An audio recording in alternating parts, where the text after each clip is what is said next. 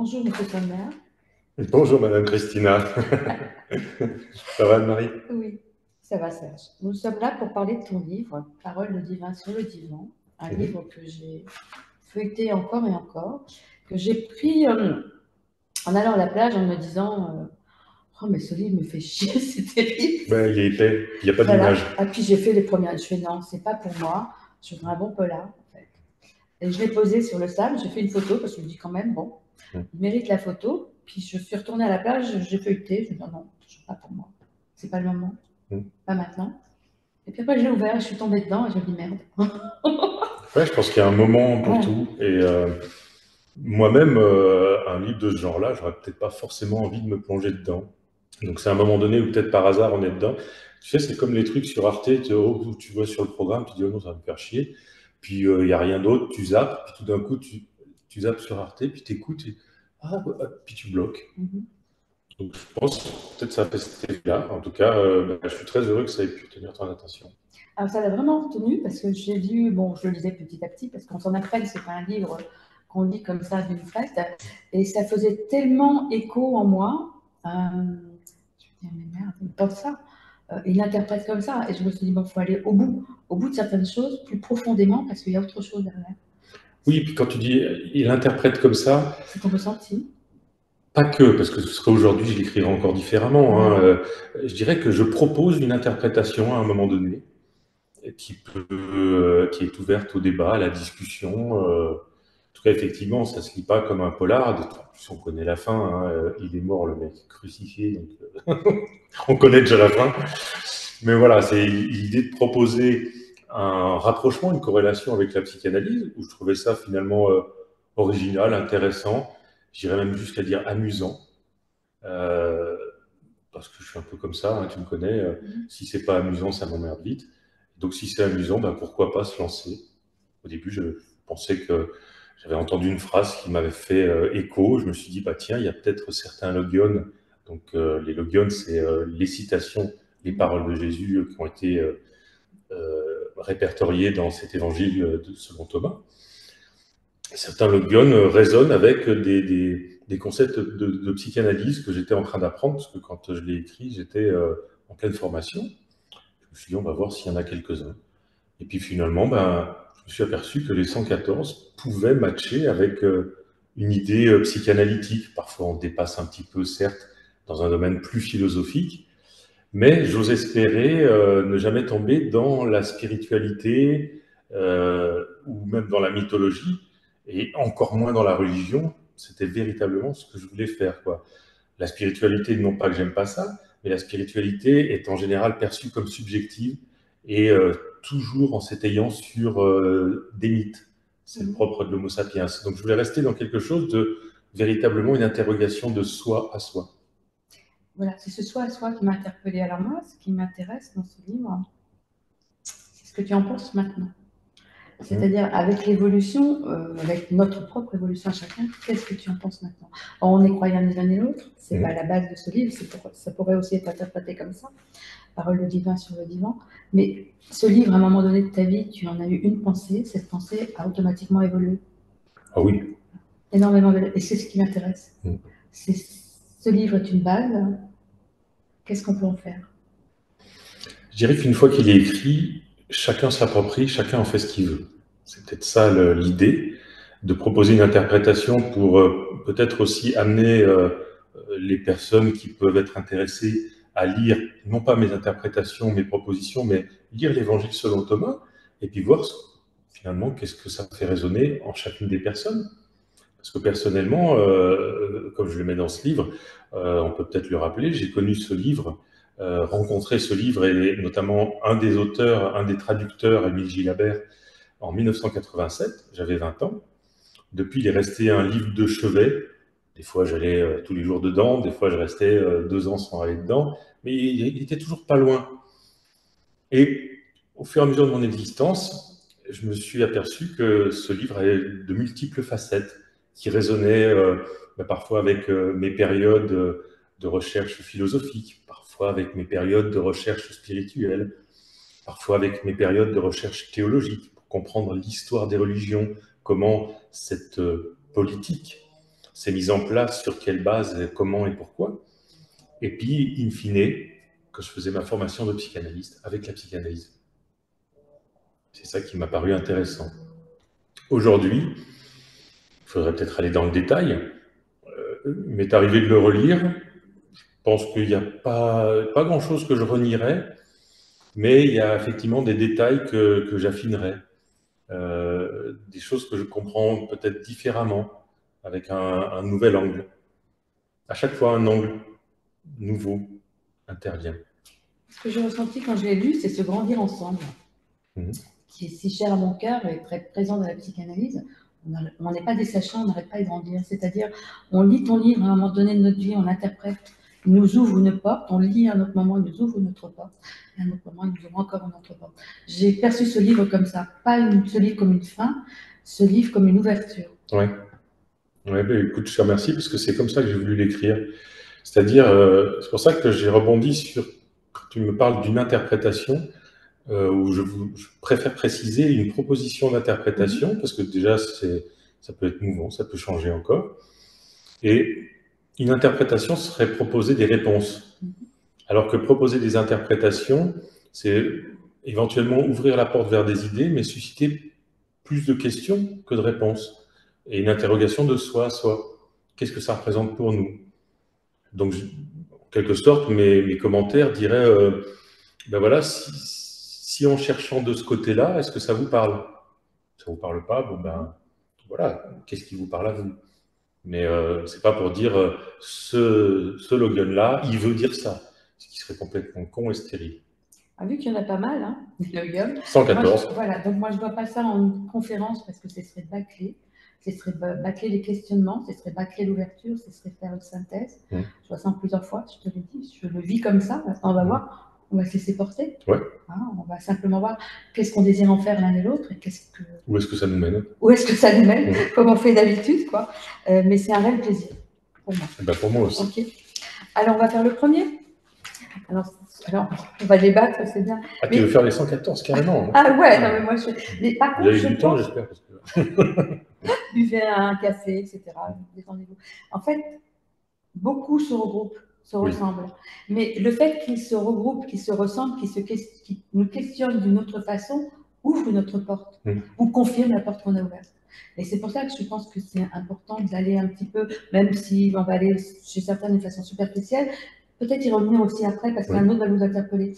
Ce livre, c'est ça, en fait. Comme tu dis, c'est une ouverture de soi à soi. Et ça, c'est très important. Est-ce qu'il serait judicieux peut-être de refaire un bref historique de l'Évangile selon Thomas, pour ceux qui ne connaissent pas?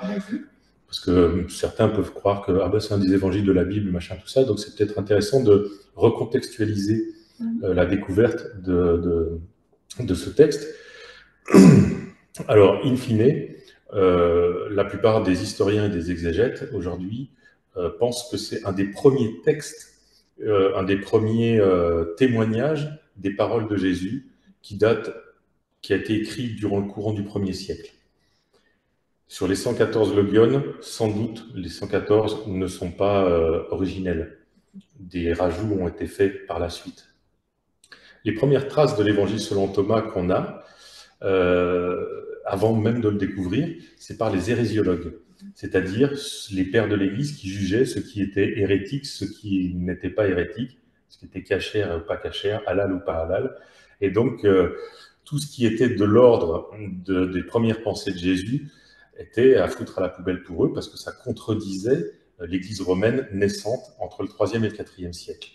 Donc, ils ont tué la plupart de ceux qui étaient porteurs de ces messages, ils ont brûlé la plupart des exemplaires, d'où le fait qu'on n'ait retrouvé aucun exemplaire, ou de rares exemplaires, ou de rares fragments, notamment en 1900, en 1904, et pour la partie la plus complète, dans une grotte de Nagamadi en 1945. Complètement par hasard, d'ailleurs. C'est deux jeunes qui cherchaient du bois, machin, ils ont trouvé une amphore, ils l'ont ramené à la maison. Leur mère a commencé à prendre des codex et à les cramer et tout. Et puis il y a quand même des jeunes qui disent quand même, ça a l'air vieux ce truc-là, on va aller voir l'antiquaire à la ville, parce que... Et de là, effectivement, on s'est dit, ah non, mais ça a l'air vraiment vieux. Et il y avait effectivement 13 codex avec 52 textes.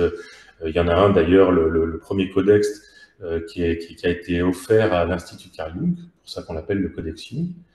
Et puis, il y avait l'Évangile selon Thomas en entier. Donc, pourquoi il était rejeté par l'Église? Parce qu'en l'essence, dans ces paroles, on ne parle absolument pas de la vie de Jésus, c'est juste des paroles comme ça, 114, qui sont brutes de décoffrage, et où il dit en gros que finalement, le paradis, il n'est pas après et ailleurs.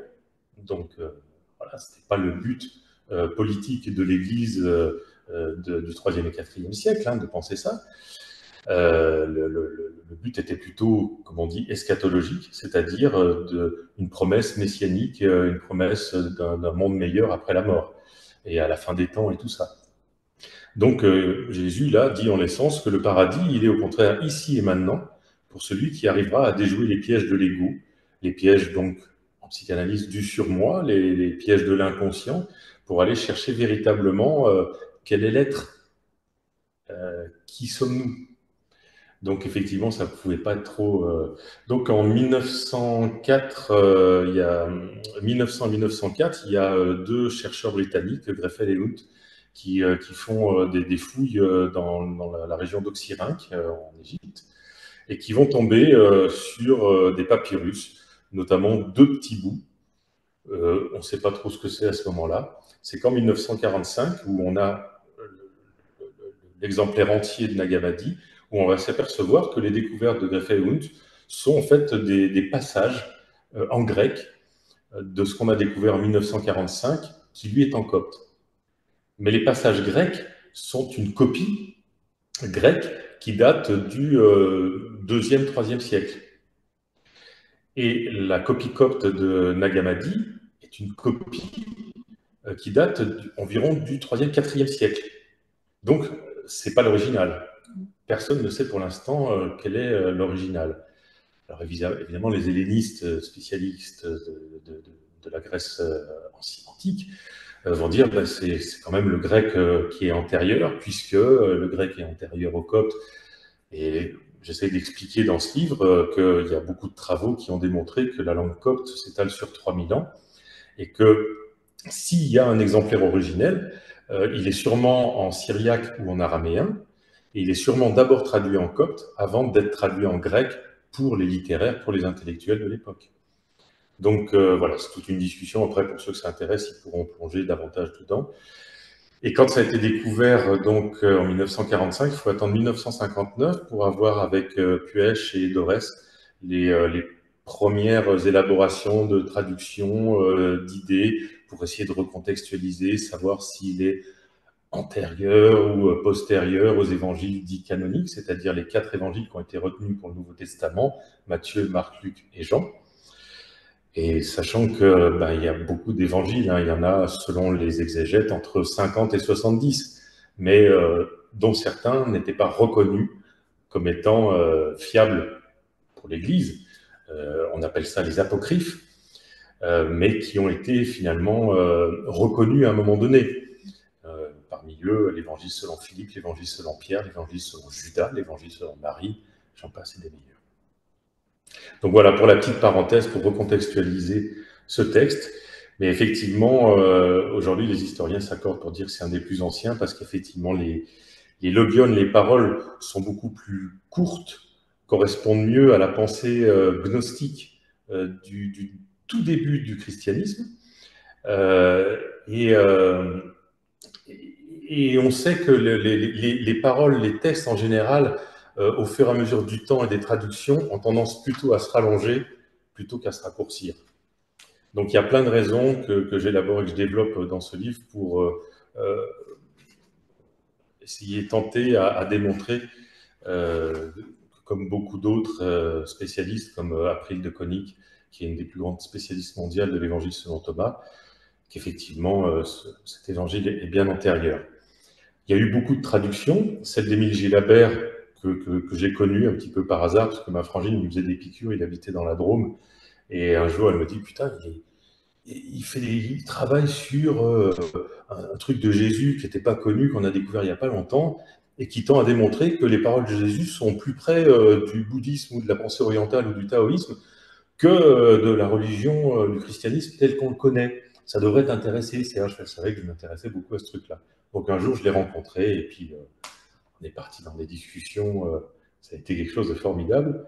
Et lui était très neutre dans ses traductions. Il était véritablement dans ce truc-là de vouloir trouver la neutralité et de vouloir découvrir quel était le fond du message de Jésus. Alors que, pour ne pas les citer, certains ont fait des traductions pour ramener un petit peu dans son camp.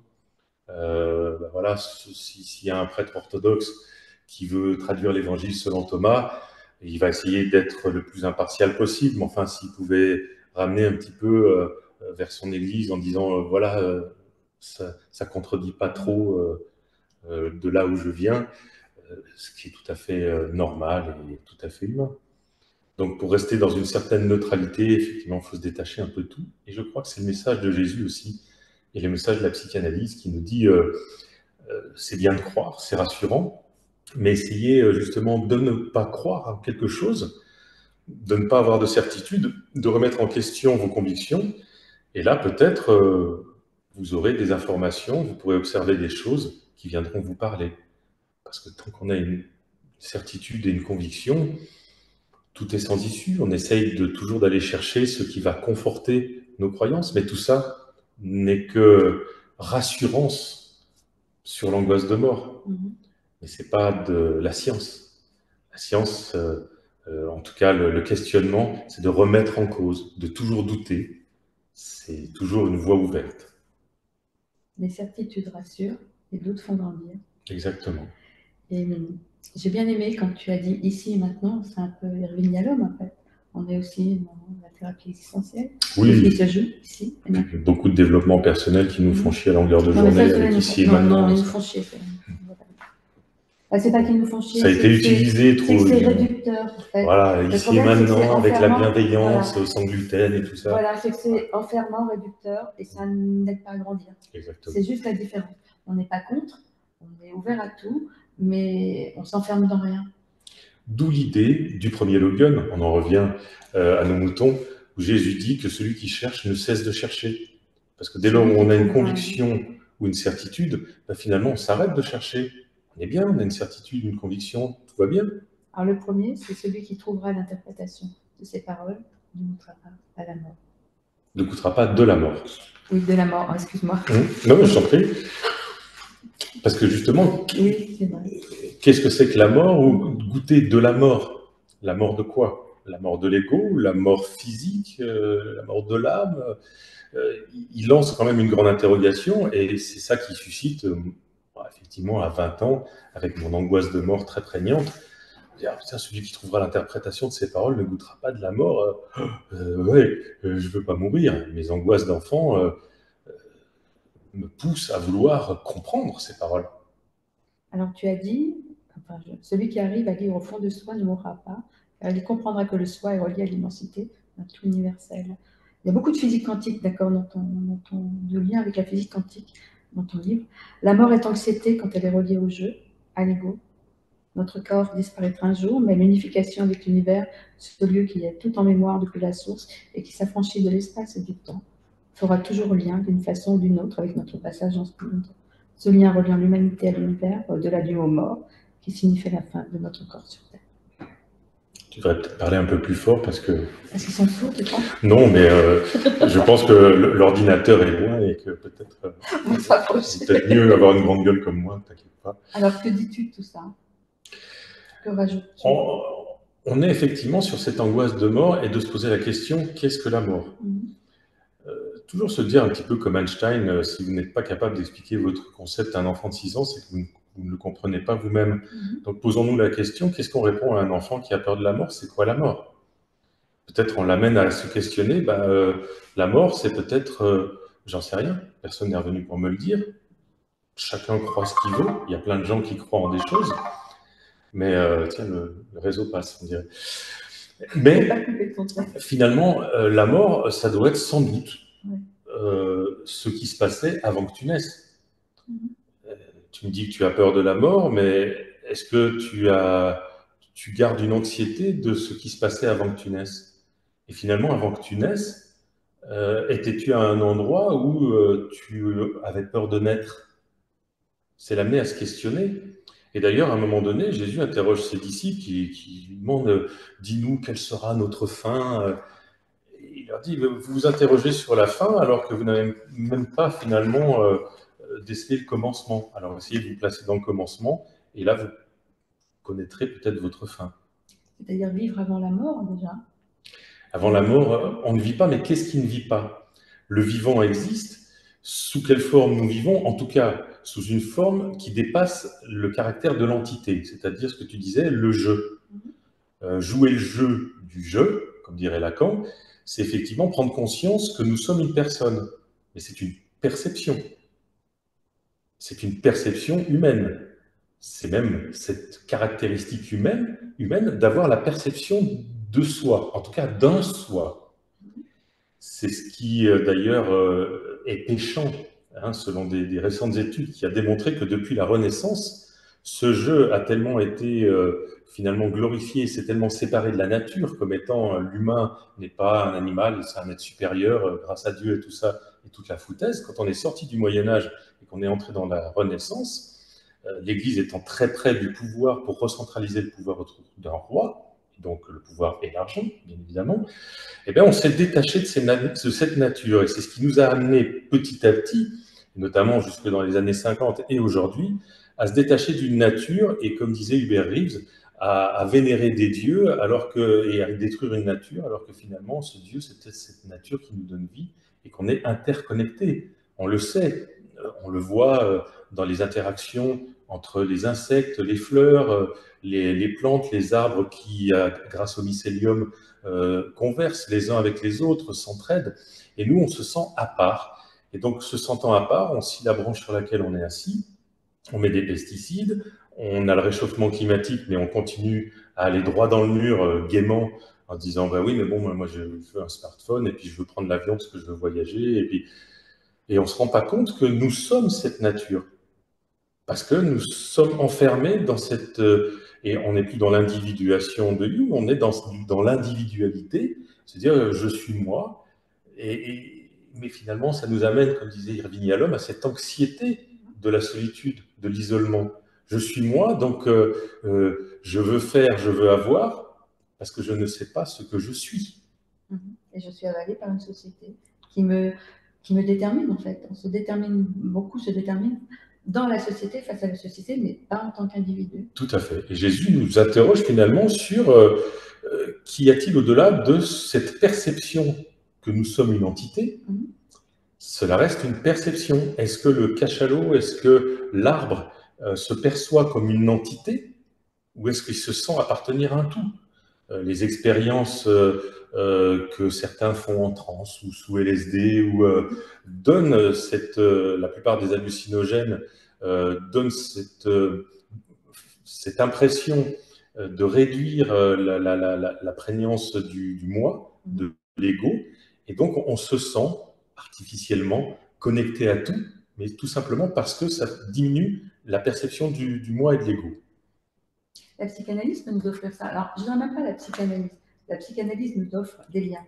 Oui, la psychanalyse, au début, même renforce le moi, surtout voilà. Si on est freudien. Elle nous offre des liens. Mais après la psychanalyse, ça peut nous offrir ça. D'ailleurs, je ferai peut-être une conférence avec toi, la psychanalyse après, et la résilience, pourquoi pas. C'est ce après qui nous offre ça. Oui.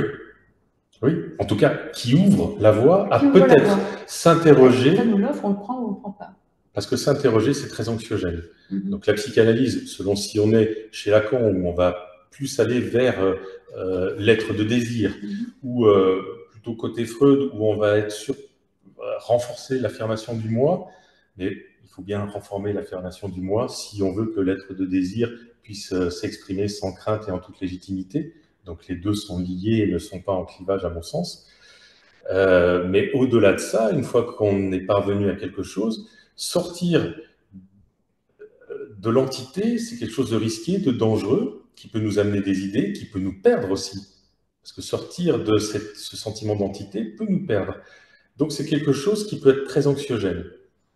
Donc voilà, pourquoi pas y réfléchir Se sentir, effectivement, quand tu parles de physique quantique, et se rendre compte que finalement, nous ne sommes faits que d'atomes, et que dans ces atomes, c'est un noyau avec des électrons qui tournent autour, et un grand vide entre les électrons et le noyau, et que dans ce noyau, ce sont des quarks, euh, enfin des protons et des neutrons, composés eux-mêmes de quarks, qui sont reliés par des gluons, mais entre les quarks et cette interaction forte des gluons qui font que les quarks restent ensemble pour maintenir la cohésion et la cohérence du neutron ou du proton, il y a du vide aussi.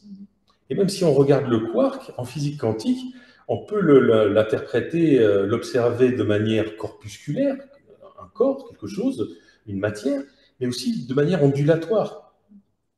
Et donc ondulatoire, ça veut dire, c'est quoi? C'est rien, c'est du vide, c'est juste une énergie.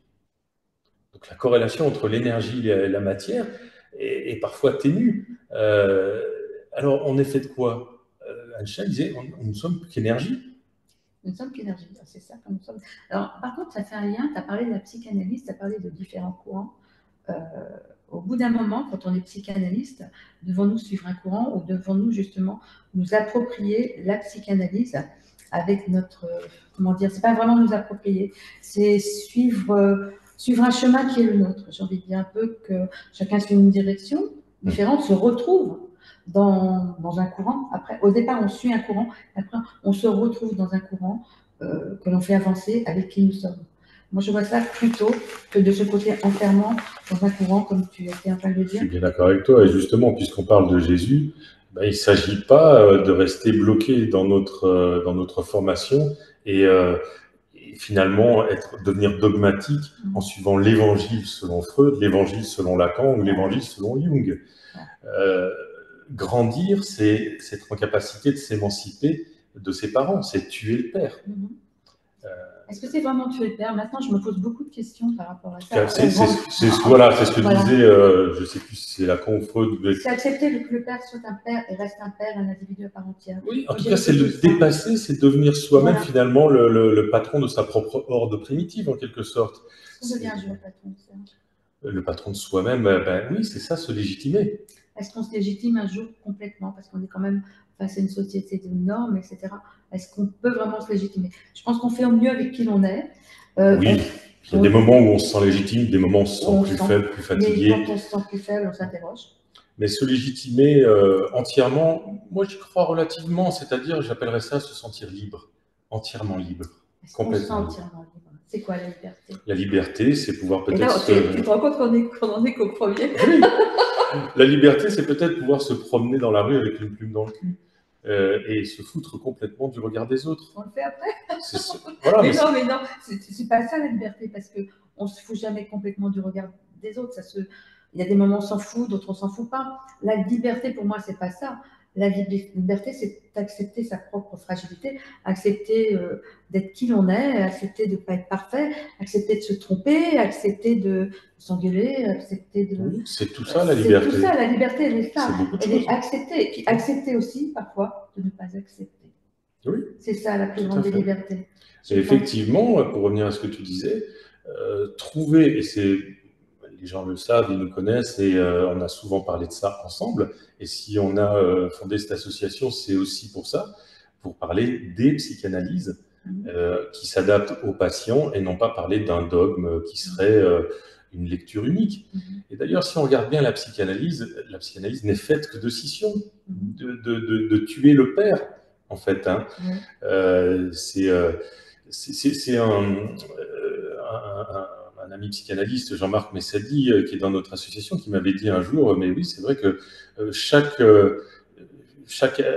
chacun a tué le père. Hein. Jung a tué le père en faisant scission avec Freud, et puis Lacan en faisant scission machin, et puis Adler, et puis Abraham, puis Klein dans ses joutes verbales contre Anna Freud. Chacun fait scission pour s'approprier sa manière de voir les choses. Alors si aujourd'hui on se dit il faut qu'on suive tel courant ou tel courant, c'est qu'on n'a rien compris. Justement, la psychanalyse, c'est s'approprier finalement ce qui nous parle à nous, ce qui va nous permettre, nous, d'exercer et de nous rendre disponibles émotionnellement et mentalement aussi à nos patients en fonction du patient. Parce que chaque patient sera différent et en fonction de la temporalité du patient, puisque d'une séance à l'autre, le patient va finalement demander inconsciemment à être accompagné d'une manière ou d'une autre. Donc, pour en venir à cette idée de père, Jésus disait justement qu'il ne réfute pas son père et sa mère, ne pourra pas être mon disciple. C'est-à-dire ne pourra pas comprendre le message que j'ai à lui transmettre. Être son disciple, c'est pas machin. Ça a été transformé comme ça après. Mais cette idée de maître et disciple, c'est juste finalement de celui qui transmet et de celui qui a envie d'apprendre des choses et qui un jour pourra s'en émanciper. Hein, et donc s'émanciper de Jésus par la même. Et ce terme de qui ne réfute pas son père et sa mère est devenu dans les évangiles canoniques qui ne renie pas son père et sa mère. Or, renier son père et sa mère, c'est-à-dire j'abandonne tout, et il dit même dans un des évangiles, qui ne m'aimera pas moi plus que son père et sa mère. Donc on est sur une autre forme qui touche l'affection, qui touche je préfère Jésus, j'abandonne tout, et mon père et ma mère, j'en ai plus rien à foutre. C'est pas ça qu'il disait en l'essence. La traduction, c'est véritablement qu'il ne réfute pas son père et sa mère. Qu'est-ce que ça veut dire réfuter? Ça veut dire refuser le jugement d'eux. Et donc, réfuter son père et sa mère, c'est pouvoir s'approprier dans son surmoi ce qui nous appartient et rejeter ce qui ne nous appartient pas. Je vais donner un exemple simple. En ce qui concerne le cannibalisme et l'inceste, qui m'a été transmis par mes parents, je me l'approprie. Sinon, il faut que j'aille vivre en haut d'une montagne parce que je vais être un psychopathe ou un sociopathe. Donc, je ne vais pas être en capacité de vivre en société dans une collaboration et une coopération qui fait finalement la richesse de l'homo sapiens. En revanche, si mes parents sont homophobes et que moi je suis homosexuel, si je ne réfute pas le jugement de mes parents et que je ne m'approprie pas mon homosexualité, je vais être malheureux toute ma vie.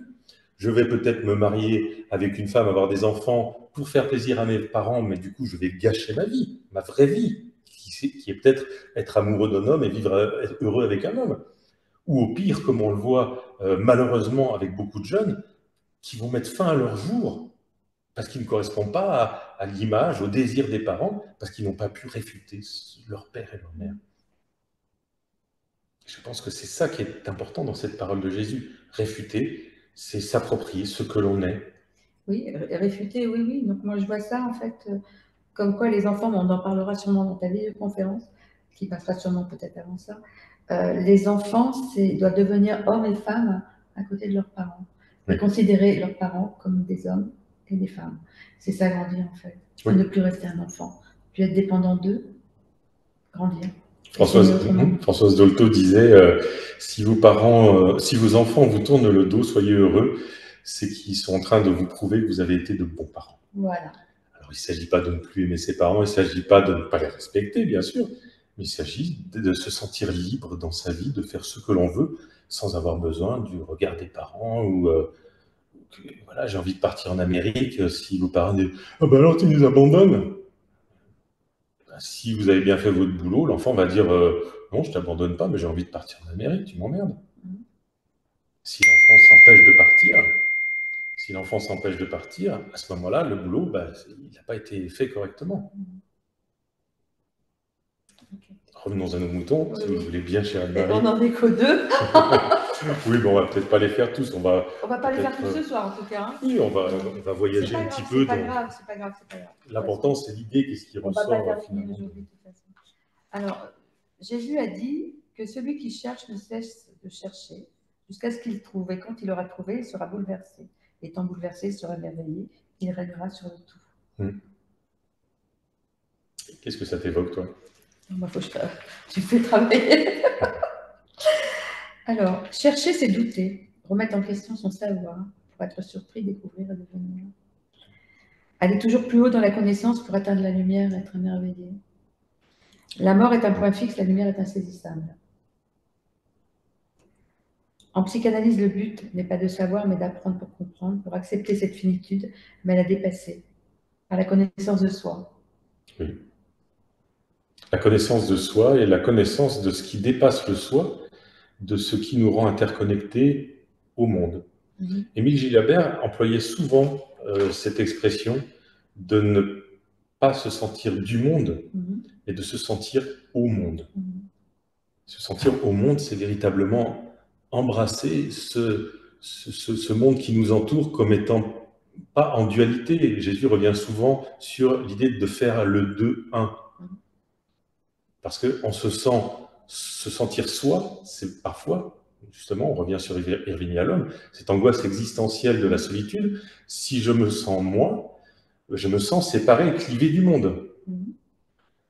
Faire le un, faire du deux le un, comme disait Jésus, c'est pouvoir se sentir au monde, c'est-à-dire dans le tout, ce qui nomme le tout, c'est-à-dire faisant partie du tout, mais pas comme étant indépendant.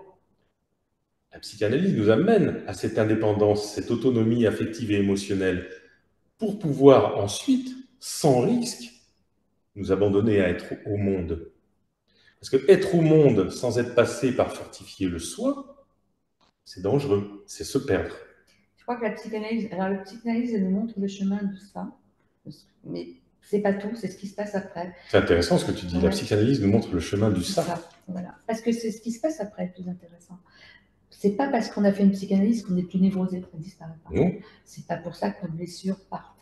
Mais on sait où elles se trouvent, on les tient à distance et on est plus en capacité résiliente. Ils ne les tiennent pas forcément à distance, parce que la résilience, c'est ce que me disait une amie il n'y a pas longtemps, c'est pas ne pas tomber dans le puits, c'est en sortir de plus en plus rapidement. Oui, voilà. En fait, ça ne veut pas dire ne pas ressentir son vide existentiel, ça veut dire justement accepter de le ressentir. Voilà. Quitte à en crever, quitte à ne pas être bien, accepter, parce qu'on sait que c'est par cette acceptation. La névrose, en fait, si on la rassure, elle est là, elle est puissante. Si on ne peut pas l'empêcher de venir, on ne peut pas lutter contre. Elle est là, elle fait partie. Comprendre le processus de mise en œuvre de la névrose qui est, je rappelle, un mécanisme de défense. Donc si c'est un mécanisme de défense et qu'elle a permis notre survie physique et psychique, c'est-à-dire que nous ne sommes pas en psychose, donc nous avons toujours la notion de la réalité du monde et des autres, à ce moment-là, c'est un mécanisme vertueux. Simplement, à un moment donné, s'il devient inconfortable, la psychanalyse va permettre de comprendre comment ce mécanisme de défense a mis en œuvre son processus pour permettre d'en faire quelque chose, de le garder de manière vertueuse ou d'en changer, ou peut-être d'opter pour un autre mécanisme si celui-là devient obsolète ou inconfortable. Quand je dis la garder à distance, c'est plutôt le travail du psychanalyste qui, lui, doit pousser son analyse, sa psychanalyse par une analyse didactique, de manière à pouvoir travailler sur son désir de devenir psychanalyste et maintenir cette névrose à distance, en tout cas, la maintenir à distance, je veux dire dans ce sens, de savoir où elle se trouve, qu'elle soit à distance ou pas, c'est surtout savoir où elle se trouve pour qu'elle ne vienne pas polluer dans nos propres projections le travail auprès de nos patients et de nos analysants. Tout à fait. Mais comme disait Moussa Nabati, alors lui, il avait donné un nom très intelligent que je ne donne pas moi, mais on s'est retrouvés dans le même si on ne donnait pas le même nom, la relation était la même. Lui, je ne sais plus le nom qu'il avait donné, mais moi, je disais en fait, quand ça vient, quand ça monte, enfin, je mets la musique à fond sous la douche, je vais chialer, je vais hurler, il m'a dit « Ah, t'as trouvé mon truc, c'est le je sais pas quoi ». Donc, c'est un peu ça, c'est savoir que c'est là, ça peut venir, ça peut nous envahir, on reste humain. Et le psychanalyste ou l'homme ou la femme qui te dira, ben non, c'est pas vrai, c'est celui qui a mis des barrières névrotiques partout et qui se rassure avec ces barrières en pensant que justement, il n'y en a pas. Et il n'y a rien de plus dangereux. Elle est très douée, la névrose. Oui, et il n'y a rien de plus dangereux pour une séance de psychanalyse qu'un psy qui n'a pas cette connaissance-là. Malheureusement, je pense qu'il y en a pas mal. Il y a des cons partout, hein, et surtout chez nous. Hein. Peut-être même nous, en fait. C'est des cons qui se la pètent. Ah bon, on est tous le con de tout le monde. On est tous le con de quelqu'un, mais ce qu'il y a, c'est que nous, on ne se considère pas comme des sachants. Et je pense que... Nous, on sait qu'on est con. Voilà. On sait qu'on est con. Et on l'accepte. On est capable de s'interroger sur cette connerie, d'ailleurs, en permanence, qui nous permet d'avancer et d'autoriser nos patients à devenir et d'accepter de grandir à côté d'eux. Oui, se remettre en question quand on fait des conneries et quand on dit des conneries. Hein. Voilà. Ce qui me prend un temps fou, parce qu'avec le nombre de conneries que je peux dire dans la journée... Hein, c'est moi donc, si tu savais. Alors, nous passons donc alors celui-là, ok, le 2. Le 3. Jésus a dit, « Si ceux qui vous guident vous disent, voici le royaume est dans le ciel, alors les oiseaux du ciel vous devanceront. S'ils vous disent qu'il est dans la mer, alors les poissons vous devanceront. Mais le royaume, il est dedans. Il est le dehors de vous. Quand vous vous serez connus, alors vous serez connus. Quand vous saurez que c'est vous, les fils du Père vivant. Mais s'il vous arrive de ne pas vous connaître, alors vous êtes dans la pauvreté, et c'est vous, la pauvreté. Hum. On vient de dire, on vient d'en parler aussi un petit La peu. pauvreté, c'est véritablement Refuser de se connaître, en et fait. puis cette entité qui se retrouve seule au monde, c'est-à-dire coupée du monde. Cette entité qui n'est pas au monde. Nous sommes C'est la quoi être au pauvreté. monde? C'est justement être ne pas se sentir extérieur, pouvoir se connaître et finalement englober sa véritable nature de vivant. Je suis vivant au même titre que l'arbre, que le chat ou que le hamster. Et donc, quand il dit ça, c'est là où c'est intéressant. Et bien évidemment, cette phrase a été proscrite par les hérésiologues, puisque ils refusent cette idée qu'il y a un paradis après et ailleurs. Si le paradis est dans le ciel, les oiseaux du ciel vous devanceront. S'il est dans la mer, les poissons vous devanceront. Non, le paradis, il est le dehors et le dedans de vous. Il est ici et maintenant. Il est dans le fait de sentir qu'on est vivant, qu'on participe à ce miracle, d'avoir la conscience d'être au monde. Qu'est-ce qu'on fait de cette conscience? Qu'est-ce que tu en fais? Comme tout le monde, hein. Au début, Pas comme tout le monde, j'en oui, fais un différent. jeu, j'en fais un ego, et donc cet ego veut trouver sa place, trouver ses marques, et il doit s'affirmer, mais à un moment donné, il faut qu'il sorte de ça, parce que sinon, évidemment, il y a quelque chose de pas naturel, et seule la névrose va pouvoir permettre de rester en vie et de ne pas sombrer en psychose. Donc, à un moment donné, il faut en sortir parce que cet ego nous amène à être différents. Comme je dis toujours, il y a celui qui pense et celui qui respire. Si on est trop dans le mental, dans celui qui pense, eh bien finalement, on n'est pas au monde. Parce que celui qui est au monde, c'est celui qui respire. Quand on respire, j'en parlais dans la petite intervention que j'avais faite, si tu te souviens, il n'y a pas très longtemps, à l'automne, Oui. dans mon cabinet, quand on inspire, c'est comme si le monde entier venait en nous. Et quand on expire, c'est comme si on se donnait entièrement au monde entier. Et on réfléchit jamais à cette respiration. Mais essaye de te balader dans les bois à un moment donné et de focaliser sur cette respiration et de visualiser cette impression de je me donne au monde, le monde m'envahit, je me donne au monde, le monde m'envahit, et la vie entière va être faite de ça. La première chose qu'on va faire en venant au monde, d'ailleurs, en naissant, on dit qu'on vient au monde, c'est pas par hasard, c'est la première respiration. Le monde vient en moi. Et la dernière chose qu'on va faire en ce monde, le dernier souffle, comme on dit en mourant, je me rends au monde, je m'abandonne au monde. C'est ça qui, je trouve, très intéressant. Par rapport à l'ego, il y a un Logion, je ne sais plus les numéros parce que je ne suis pas autiste à ce Maintenant, on point-là. en est au 3, on va y arriver. Mais oui, mais bon, des fois, dans le désordre, c'est bien aussi, comme le tiercé, même si on n'y gagne rien, mais on n'est pas là pour gagner quelque chose.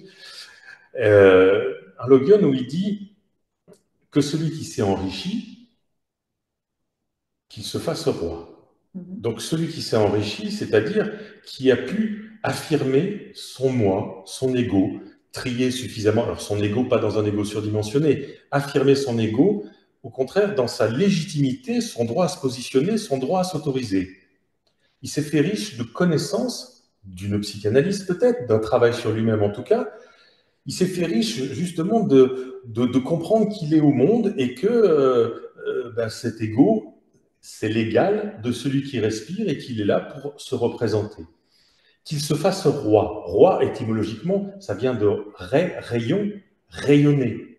Qu'il se fasse roi, c'est-à-dire finalement qu'il inonde de lumière, de sa propre lumière, les autres. C'est-à-dire pas qu'il se la pète. S'il peut se la péter comme Florent Pagny, qu'il le fasse, tant mieux, c'est qu'il peut. Mais rayonner, c'est surtout donner de la chaleur aux autres, que les autres qui ont froid ou qui sont dans l'obscurité puissent trouver un chemin, se frayer un chemin comme un phare, qu'on peut l'être pour certains, pas pour d'autres, mais finalement qu'on rayonne de sa propre lumière pour celui qui en a envie, pour celui qui veut. Et donc le Logan dit que celui qui s'est fait riche, qu'il se fasse roi, et il poursuit en disant, et que celui qui a le pouvoir, qu'il renonce.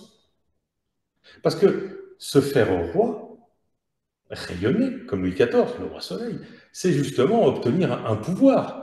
On peut être manipulateur, pervers narcissique et se dire « Ah là là, mais je vois l'impact que j'ai sur les gens et je vais en profiter pour gagner plus de thunes, pour être un gourou, pour vendre ce que j'ai à vendre et finalement mettre les gens dans ma poche. » C'est un pouvoir énorme. Donc, qui dit pouvoir énorme, c'est une responsabilité énorme.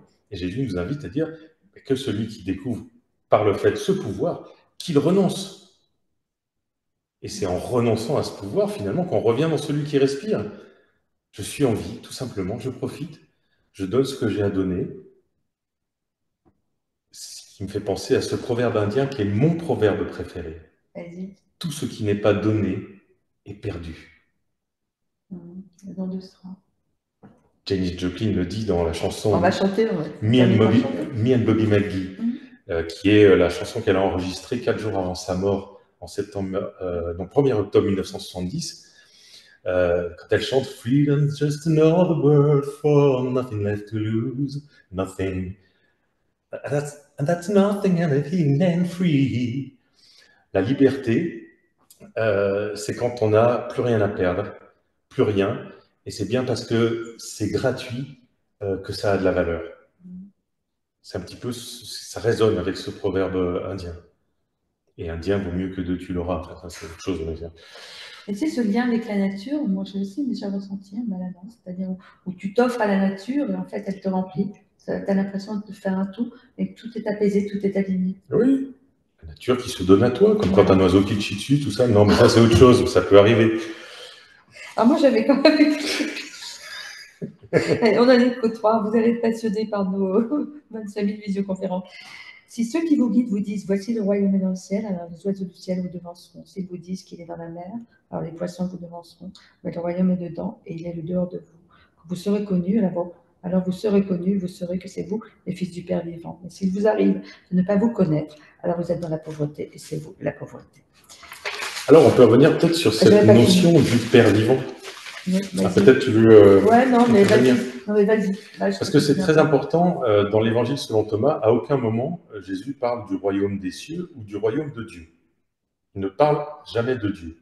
Sauf à un moment donné où, on reviendra peut-être dessus, où on entend bien dans ce slogan qui parle de Dieu pour se désolidariser de cette notion de Dieu, c'est-à-dire du Dieu démiurge. Il parle du royaume du Père. Alors justement, c'est quoi le royaume du Père? Là, en l'occurrence, il parle du Père le vivant. Qui est le Père le vivant?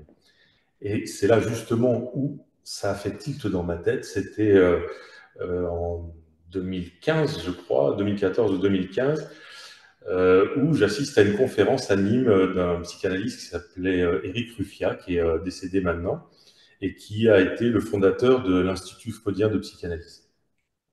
Conférence très intéressante, où il amène cette notion de Freud que l'enfant est le père de l'homme. Alors, il étaye un petit peu son propos en expliquant que, et j'en ai parlé dans la conférence sur l'enfant croit inconsciemment qu'être adulte, c'est c'est détenir un secret. L'enfant est le père de l'homme en tant que son créateur. L'homme, c'est l'adulte. Et l'adulte n'existe pas en soi. L'adulte est une image, un masque. On ne se réveille pas un matin en se disant « Hop, je suis adulte ». Donc, c'est une construction, finalement, comme le jeu, comme l'ego, c'est une construction de l'enfant. C'est un jeu, également, J-E-U. Exactement. C'est aussi le jeu. Ça... Donc, l'enfant étant le père de l'homme, le père de l'adulte, quand Jésus, je me suis dit, mais alors, quand Jésus parle du royaume du Père, peut-être qu'il parle du royaume de cet enfant, qu'on appelle aujourd'hui l'enfant intérieur. J'aime pas trop cette expression, ça ramène à l'enfant du passé. Je préfère dire celui qui respire ou éventuellement l'enfant qui a grandi en nous et qui est toujours le seul qui est vivant, le seul qui existe, celui qui respire. C'est cet enfant-là qui est le Père.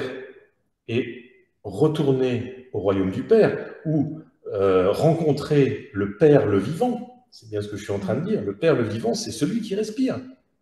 Parce que avant de jouer le jeu, finalement, celui qui respire vivait. C'était l'enfant avant 2 ans qui ne sait pas qu'il est né, qui ne sait pas qu'il va mourir, qui ne sait pas qu'il est quelqu'un. Il est, tout simplement. Et puis petit à petit, ben, si on lui dit Serge, tu vas aller te coucher, Serge, si tu veux, tu peux manger, il va dire, il va s'identifier à ce que disent les parents, et il va dire non, Serge, je ne veux pas aller faire dodo, et Serge a faim.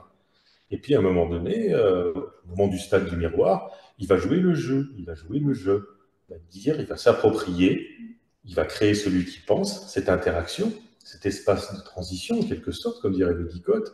C'est pas le doudou, mais c'est ce jeu qui va dire je veux pas faire dodo, je veux manger. Et puis finalement, au bout de notre vie, si on a malheureusement la maladie d'Alzheimer ou une démence, une sénilité précoce, on sera plus dans celui qui pense. On saura peut-être même plus qui nous sommes, on reconnaîtra peut-être plus nos enfants. Mais tant que celui qui respire, respire, nous serons le vivant. Donc, le vivant, celui qui respire, peut être en amont et en aval vivant, sans avoir besoin de celui qui pense. En revanche, si celui qui respire meurt, celui qui pense meurt instantanément. Il n'y a pas à chier.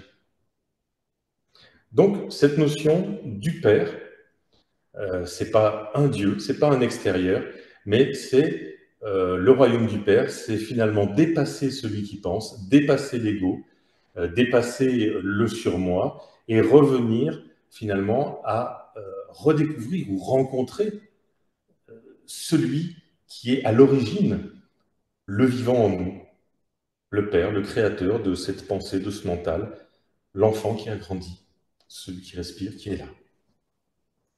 Je vais terminer par cette phrase sur celui-là. Le paradis est au fond de nous, dans le jeu, et libère la profondeur du soi. Être à la fois perdu dans l'immensité du temps et conscient de vivre ici et maintenant, unique comme tout être vivant, élu pour représenter la vie, pour participer à ce qui se manifeste, ce qui existe, ce qui se voit, le monde. Tout à fait. On parle souvent du monde manifesté, parce que c'est une manifestation puisqu'on peut observer. Alors là, on est plus dans l'espace de la physique. Je citerai Brandon Carter en 1974, qui élabore le principe anthropique. Alors, anthropique, pas la théorie du chaos, E-N-T-R-O-P-I-Q-E, mais l'univers anthropique, le principe anthropique, A-N-T-H-R-O, d'anthropos, l'être humain, l'homme. La femme aussi. Et donc, ce principe anthropique dit simplement que si aujourd'hui, à un stade de l'univers, de développement de l'univers, l'univers a permis que le développement d'observateurs en capacité d'avoir conscience d'eux-mêmes et d'élaborer des technologies pour observer d'où ils viennent, je pense au télescope James Webb, par exemple, ou à Hubble, pour aller chercher les physiciens qui cherchent l'infiniment petit dans la physique quantique et ceux l'infiniment grand d'où on vient à travers la théorie du Big Bang. C'est que dès le départ, au moment du Big Bang, même dans la soupe originelle, avant même que les quarks commencent à se rassembler pour faire les premiers nucléons, il y avait déjà cette compatibilité qu'à un moment donné, l'univers, il pourrait y avoir ça. Ça dit simplement ça, c'est d'une logique implacable, évidemment, c'est de la science. Mais effectivement, le monde manifesté nous met dans ce clivage de l'observateur et le monde manifesté observé. L'idée, c'est de faire du 2-1, de se sentir appartenir à ce monde. Mais nous, on est obligé de passer finalement par l'observation pour comprendre d'où on vient et à un moment donné, peut-être se sentir appartenir à ce monde et ne pas se sentir extérieur. Parce que tant qu'on se sent extérieur, on se sent perdu, on est dans l'angoisse existentielle, dans l'angoisse de l'isolement, dans l'angoisse de la solitude, et forcément dans l'angoisse de mort, puisque cette seule chose qui nous appartient, notre conscience, est censée être perdue au moment de la mort. Sauf si on est croyant et qu'on va aller avec Dieu, ou qu'on est bouddhiste et qu'on se dit on va réincarner, notre conscience va perdurer. Mais tout ça n'est pour l'instant pas scientifique, n'est que mythologie, et donc n'est fait que pour nous rassurer de cette angoisse existentielle. Serge, est-ce que tu te sens en lien avec ce mot? À cette heure-ci, ça commence, je sens l'animal qui est en moi. Oui, mais pas tout le temps, parce qu'effectivement, et surtout un mec TDAH comme moi, où toujours avec un flot de pensée, une mentalisation extraordinaire, qui est un mécanisme de défense. J'y peux rien, des fois ça se calme, des fois moins. C'est difficile de se sentir au monde. Donc j'essaye parfois. Quand je converse, je ne me sens pas au monde, mais je me sens la conversation. Je me sens plus moi. Quand je taille mes rosiers, je suis dans le flow, ce qu'on appelle le flow en psychologie. Je ne me sens pas moi et le rosier. Je suis le rosier, je suis le sécateur, je suis la taille, je m'oublie. J'oublie que je suis moi. Donc là, c'est pas Serge que j'ai en face de moi? Euh, Toi, tu as Serge en face de toi, Oui. mais moi, je ne me sens pas Serge puisque je suis dans notre conversation, j'oublie que je suis. Parce que si je n'oubliais pas qui je suis, je serais en plein trac parce que je sais qu'on est filmé, tout ça et tout. C'est ça le trac, c'est avoir cette perception de soi. Quand on oublie qu'on est soi, on n'a pas le trac parce qu'il n'y a pas l'enjeu de l'ego. Donc, par moment, quand je suis tout seul, je me balade dans la nature, je respire, comme je disais, le monde vient, le monde sort. J'entends l'oiseau, je me dis finalement, je suis l'oiseau que j'entends, je suis ce que je vois, je suis ce que je touche. Dans quelle mesure je suis moi-même, puisque je me perçois moi-même, mais c'est une perception humaine, donc c'est une fenêtre. Cette fenêtre, c'est un peu la caverne de Platon. C'est ma perception, mais qui me dit que, comme je disais tout à l'heure, que l'arbre a la même perception de lui et du monde que moi. Elle bouge, ta perception. De toute façon, notre perception, elle bouge en permanence. Elle bouge, mais elle restera malgré tout que humaine. Ah bah oui, ça. Oui, Mais donc, me fier à une certitude sur juste une perception. Tu t'interroges? Ah oui, souvent. Et je me perds dans mes interrogations. Même quand c'est douloureux? Bonne question. Oui, parfois je me raccroche à cette interrogation. Parfois cette interrogation peut être une fuite. Parfois elle peut être salvatrice, comme une quête de soi, comme quand Jésus dit que celui qui cherche ne cesse de chercher. Et parfois ça peut être une fuite de ce qui se passe, de douloureux ici et maintenant, aujourd'hui, quand on regarde la télé, qu'on voit la guerre, qu'on voit les attentats, qu'on voit l'inflation, qu'on voit Macron, non, je déconne, non, tu déconnes pas.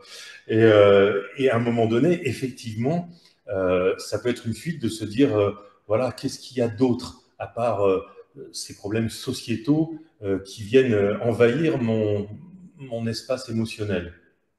Donc, qu'est-ce qu'il y a d'autre? Est-ce que tu n'as pas l'impression qu'on ne s'interroge pas toujours dans le bon sens, même sur le divan? C'est-à-dire, moi, je me suis aperçue que sur le divan, on s'interroge dans un sens, et après mon analyse de nombreuses années, je me suis aperçue que on n'avait pas touché au côté rassurant. On pensait que le côté rassurant, c'était un plus et c'était bien.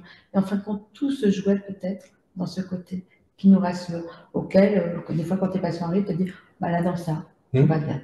Alors, des fois, tu n'arrives pas à creuser plus parce que vraiment, pour moi, c'est une barrière névrotique. Ce tout va bien. C'est pas tout va bien. Mais même nous, des fois, on se dit, bon, ben là, je ne vais pas être touchée.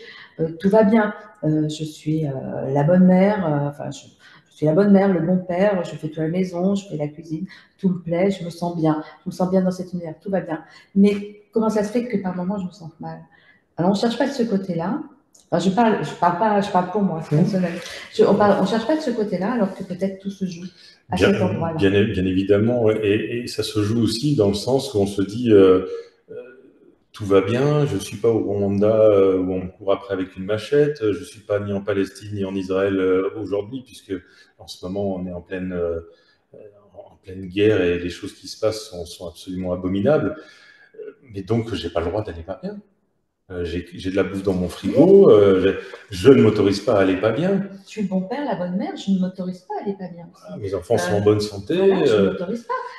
Donc, qu'est-ce qui ne va pas? Je me gratte le nombril. Et effectivement, souvent, on peut s'apercevoir que nos petits problèmes sont des problèmes de riches. Moi, je dirais qu'on ne cherche pas au bon endroit dans ces cas-là. On s'interroge plus, en tout cas, quand on a le ventre plein, que quand on a le ventre vide et que finalement, la nécessité, c'est de se mettre en sécurité ou de savoir ce qu'on va bouffer le soir ou ce qu'on va donner à bouffer à nos enfants. Donc, il faut être clair là-dessus aussi. La psychanalyse, c'est aussi aller plus loin parce que peut-être on s'emmerde dans notre vie et que on fait face justement à un vide existentiel. Qui suis-je? D'où viens-je? Où vais-je? Quand la question c'est qu'est-ce que je vais bouffer ou est-ce que je vais pouvoir trouver de l'eau, on s'interroge moins sur le plan existentiel, on est dans l'instinct de survie. C'est dommage, parce que s'interroger quand tout va bien, c'est grandir, parce que beaucoup de gens arrivent, tout va bien dans notre cabinet ou autre, autour de nous, dans notre vie, on voit que, bah, au bout d'un moment, ils survivent. Ils ont l'impression d'être heureux, ils survivent, mais tout à coup, on a un qui va prendre des médicaments, qui va pas sentir bien, tu vas sentir, enfin, je vois ce qui se passe autour de moi, et tu te dis, en fin de compte, on dit, non, non, t'entends, ça va? Oui, tout va bien. Mais en fin de compte, je pense que peut-être, parce que ça reste des suppositions, je suis toujours dans le doute et dans l'interrogation, mais peut-être qu'on ne regarde pas de mon côté, dans ce côté tout va bien, on semble rassuré. Je veux dire, quand tout va bien, je veux dire, moi, si je vais prendre un verre de vin, c'est que quand tout va bien, quand je vais prendre un verre de vin et que je dis que ça tout va bien, je sais pertinemment que tout ne va pas bien. Oui, certains vont prendre un verre de vin, non pas parce qu'ils vont pas bien, parce que c'est du très bon vin aussi, tu as aussi ce côté. Voire sublimer l'endroit où ils vont bien. Aussi. Mais ça aussi, c'est névrotique. Ça aussi, c'est névrotique. Alors, se demander, se dire, voilà, je le fais parce que je prends cet acte-là comme un autre, parce que tout va bien. Non, tout va pas bien. Ça offre une interrogation. Hein. Si on le fait, eh ben, c'est que quelquefois, dans notre vie, on survit, on ne vit pas. On pense être heureux et on ne l'est pas. Maintenant, quel est le bonheur? Je veux dire, ça, on peut en débattre longtemps. Oui, voilà. Où est notre place? Et en général, si quelqu'un vient en séance, c'est qu'il ne va pas bien. Si quelqu'un vient en séance en disant tout va bien, il dit, bah, pourquoi vous venez, quoi. Il y en a pas mal qui le font. Toi, tu as plutôt des patients qui vont bien. Oui, mais ils vont tous bien, les miens. Ils viennent juste parce qu'ils aiment bien parler avec toi. Voilà, ils partent. C'est quand ils repartent qu'ils ne vont pas bien. On t'avait pas dit. Je ne m'étais pas interrogé là-dessus. Ah, elle est conne, ma fille. Je n'y retournerai pas. Il y en a un qui m'a dit une fois, il part en rigolant, je me dis, mais qu'est-ce qui se passe? Il fait, mais ma psy, elle est complètement tarée, mais qu'est-ce que je fais? Voilà, donc on savait que le transfert fonctionnait. Bon, c'était déjà le principal. Alors le 4, alors je ne sais pas si je vais terminer par les phrases, parce que oui, je te l'ai mis. Le 4, Jésus a dit, l'homme vieux dans ses jours n'hésitera pas à interroger un tout petit enfant de 7 jours au sujet du lieu de la vie, et il vivra, parce que beaucoup de premiers se feront derniers, et ils seront un. Alors moi, j'ai dit, je vais parler tout de suite, parce qu'après, tu vas parler pendant 2 heures. Donc, je prends la parole avant, donc là, je suis sûre de pouvoir dire quelque chose. Jésus a dit, alors, nous accumulons des biens, des maisons, des iPhones, hein, des connaissances, mais quel est véritablement le sens de notre passage sur Terre? Si nous regardons bien à l'approche de la mort, au moment de la fin de la vie, la personne se détache progressivement du réel, elle se déconnecte de l'extérieur et rentre en relation avec la profondeur du soi. Elle se détache de tous les biens matériels, souvent, de votre regard, pour faire lien avec ce qui est le plus authentique et profond en nous, l'univers, la source même de notre humanité. Comprendre d'où on vient nous en dit plus sur là où on va. Ça, c'est toi qui l'as dit. Prendre son départ originel en considération, le doute et l'humilité, permet d'avancer sans frein sur le chemin de la connaissance. Celui qui sent son temps bientôt révolu peut accéder au lâcher-prise, n'ayant plus rien à perdre, au lieu de se tourner vers la connaissance intellectuelle et mentale, il pourra s'interroger au sujet de sa nature, la plus primaire. C'est toi qui l'as dit. Hein. À ton avis, est-ce que toi et moi, nous en sommes là? Parfois oui, parfois non. Ce slogan, il est assez simple à comprendre, puisqu'effectivement, l'homme vieux dans ses jours qui s'interroge, parce qu'il a porté celui qui pense et le mental pendant longtemps, eh ben, il ferait bien d'interroger le petit enfant de 7 jours. Pourquoi? Parce que c'est l'enfant qui est et qui ne sait pas encore qui il est. Donc celui qui respire, on en a parlé tout à l'heure, donc tout ça est très clair. Et il y a quelque chose de très symbolique là-dedans. Il ne faut pas oublier qu'à cette époque, hein, ça se passe dans le pays de Canaan, donc en Judée, en Palestine, et la religion est la religion juive à ce moment-là. Et donc, qu'est-ce qui se passe au bout de 7 jours? Eh ben, c'est la circoncision.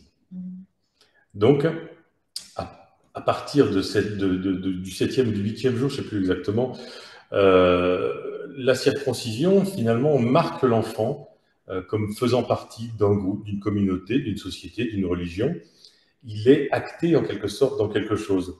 Auparavant, il est encore pure nature peinture, comme on dit. Donc, dans ce symbole, Jésus parle de l'enfant de 7 jours, c'est-à-dire qu'il n'a pas encore été tatoué, en quelque sorte, emprunt de la société dans laquelle il vit, et qui n'est pas encore marqué comment dire, je ne voudrais pas dire la religiosité, mais plutôt d'une politique ou d'un fonctionnement sociétal. Il est dans la symbolique, la pureté de celui qui respire, et donc la représentation du vivant même. de celui qui vient d'arriver et qui est encore au monde, juste au monde, rien qu'au monde. Oui, on arrive nu, en fait, hein, quelque part, nu de tout, rempli peut-être un petit peu de névrose de nos ancêtres quelque part, et on dépend d'un autre, comme disait Roland Gori, on a besoin d'un autre pour nous nourrir et pour être névrosé encore plus. C'est une bonne interjection, effectivement. On peut se demander si est-ce qu'on arrive avec les névroses transgénérationnelles, ou est-ce que ces névroses transgénérationnelles, c'est-à-dire qu'elles seraient génétiques, alors effectivement, l'épigénétique et les changements, les modifications génétiques de nos aïeux vont apparaître dans notre génétique, dans notre ADN à nous, comme codés, mais l'expression même de ces gènes dans notre vie va être aussi aléatoire, puisque à nos propres choix, l'épigénétique va permettre d'allumer ou d'éteindre ces gènes-là. Donc, en allant plus loin, est-ce que ce que l'on porte de transgénérationnel, nous ne portons que génétiquement, ou, ce que je croirais plus volontiers, mais déjà in utero, hein, finalement, ça nous est transmis par le père et la mère dans leur comportement, dans leurs émotions. Oui, je pense tout à fait. Pour moi aussi, c'est qu'un avis. C'est aussi ça, et comme notre père et notre mère ont ceux de leurs parents, on a quelque chose qui est retransmis par leur comportement et nos émotions qu'on ressent, quand on a cette sensation, en fait, quand on est bercé dans ce liquide, et on est, d'un côté, c'est ce qu'on reçoit dans notre vie, complètement rassuré, apaisé, et d'autre côté, on reçoit les angoisses. Et on est perméable. Voilà. On est perméable. Effectivement, la part génétique qui va nous constituer dans l'ADN est faite des modifications épigénétiques des générations antérieures. Mais une fois de plus, l'épigénétique va nous permettre à nous la résilience, la réparation ou la répétition.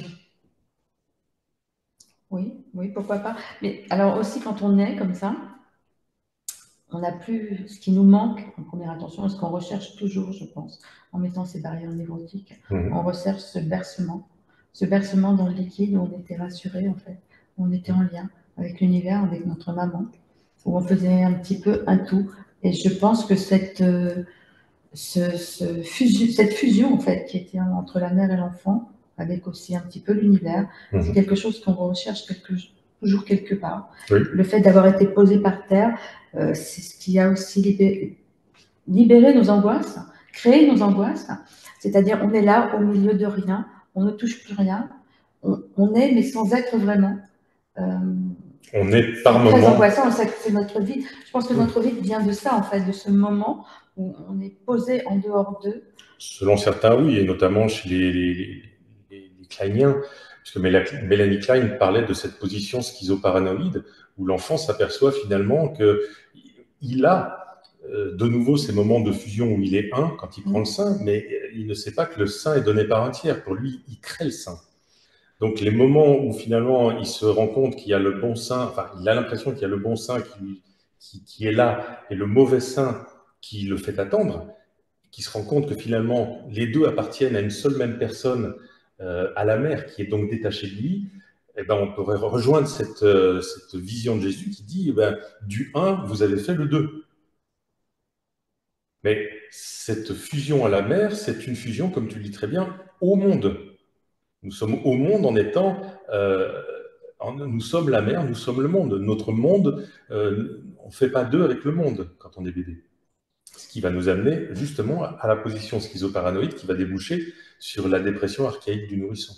Est-ce qu'on n'est pas en recherche toute notre vie de cet état fusionnel où on est complètement apaisé? Alors, que ce soit quand on va dans l'alcool, dans l'algrog, ou quand on n'est pas bien, est-ce que ce n'est pas notre recherche ultime d'humain complètement névrosé, cette recherche de fusion, en fait, que l'on crée des fois, en couple d'ailleurs, pour cette recherche, cette compensation, cette peur d'être un nourrisson, nu, seul, au milieu.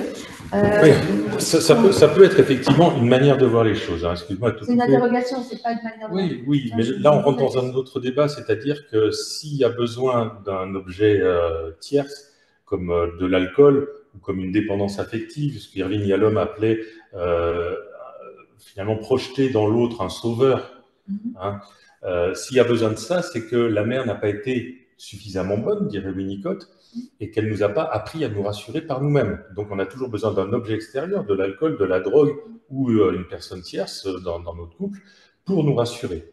Là, on est sur la mère qui n'a pas été suffisamment bonne, c'est-à-dire pas suffisamment rassurante et qui ne nous a pas appris à nous rassurer nous-mêmes. Si on revient à nos moutons, donc à Jésus, lui nous invite du 2 à faire le 1. Mais faire le 1, justement, en se rassurant soi-même et en retrouvant finalement cette unicité au monde. Mais avant de retrouver cette unicité au monde, Serge, il faut retrouver cette unicité à soi. Et pour retrouver cette unicité à soi, il faut accepter d'être, alors je vais être un peu direct, enfin, il faut accepter d'être avalé par son vide, en fait, de l'accepter, ce vide. Si on ne l'accepte pas, on ne peut pas être uni à soi, parce que ce vide, il fait partie de nous, c'est la première chose que l'on a ressentie. Oui. Et si on n'accepte pas qu'il nous avale, si on s'en protège parce que c'est trop douloureux, comment pouvons-nous ne pas désirer la fusion toute notre vie? Oui, là on est plus dans des termes qui s'approchent du point de vue de Jacques Lacan, où finalement le vide, comme il disait, quand il y a une immense bibliothèque remplie de livres, s'il manque un seul livre, c'est le sujet de notre vie. Le sujet est là, c'est là où se trouve l'autre avec un A majuscule. Et c'est tout l'objet d'une psychanalyse, c'est d'aller rencontrer ce vide. Et finalement, qu'est-ce qu'il y a dans ce vide? Finalement, comprendre que toute notre névrose n'est construite que pour nous éviter d'affronter ce vide. Donc, il y a les gens qui vont s'occuper tout le temps, des gens qui vont se préoccuper tout le temps, ce qui est autre chose, des gens qui vont le remplir avec de l'affection, avec du sexe, avec du sport, avec de l'alcool, avec de la drogue. Remplir ce vide, mais c'est pas aller le rencontrer, c'est le remplir absolument. L'objet de la psychanalyse, à mon sens, un des objets en tout cas, c'est d'aller à la rencontre de ce vide, savoir de quoi il est constitué, parce que, comme je dis parfois à mes patients et mes analysants, c'est dans ce vide que se trouve la réalité de ce que vous êtes. Ce qui est à chercher se trouve là. Et comme disait Thomas justement à Jésus à un moment donné de nos logiones, je ne sais plus lequel est, mais il parle à Jésus, il dit « Maître, il y en a beaucoup autour du puits, mais personne dans le puits. » Dire autour du puits, on cherche à se rassurer. Ben, faites-moi un peu d'hypnose, ça ira mieux. Donne-moi un cachet, ça ira mieux. Donne-moi une bouteille de vin, ça ira mieux. Aime-moi, ça ira mieux. Suce-moi, ça ira mieux. Ce sera toujours quelque chose comme ça autour du puits. Mais dans le puits, c'est aller à la recherche de ce gouffre. Le puits, c'est un gouffre, c'est aller à la recherche de ce vide. Et qu'est-ce qu'il y a au fond du puits? Il y a de l'eau. Que nous renvoie l'eau? Notre propre image, notre propre reflet. Il s'agit bien d'une introspection, d'un retour à soi. Dans ce vide se trouve cette chose-là, cette humanité-là, ce vivant-là. C'est bien ça qui est allé, c'est bien là où est notre quête. Et j'entends régulièrement des patients ou des analysants en fin de thérapie qui découvrent, qui ressentent dans ce vide, qui l'ont apprivoisé, qui ressentent une plénitude. Et c'est souvent le mot qui me sort, plénitude. C'est-à-dire qu'ils ont réussi à remplir ce vide ou à trouver que ce vide finalement n'était pas vide, mais était plein de quelque chose. Plein d'amour peut-être pour soi-même, de compassion pour soi. C'est-à-dire dans ce vide, au bout d'une psychanalyse, ils s'aperçoivent qu'ils ont réussi peut-être à créer dans leur légitimité le bon père et la bonne mère par eux, pour eux. Moi, je ne vois pas ça comme ça. Ce vide, je pense qu'il restera toujours vide. Je vais un peu plus loin. Et qu'on a terminé, alors c'est la psychanalyse après, on est plutôt là-dedans, hein, et c'est quand on accepte que ce vide sera toujours un vide, on peut grandir à côté de lui. Ce vide, on ne peut pas le remplir. Si on cherche à le remplir, pour moi, c'est névrotique. On ne peut pas le remplir. Si on cherche à le remplir. Et même si on te dit que la plénitude, c'est autre chose. Quelque chose que tu ressens à côté de ton vide.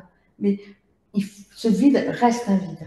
Et il va t'avaler par moments, parce que c'est comme ça. Parce que tes traumas, ils ne disparaissent pas. Tes blessures disparaissent pas. Oui, moi je te dis ce que rapportent certains patients. Voilà. Oui, moi mais aussi, me rapporte des choses justement, le début de l'analyse, c'est de chercher à remplir ce vide de manière névrotique, voire parfois psychotique. Voilà. En revanche, en fin de thérapie, j'en ai un certain nombre qui me disent ressentir une plénitude.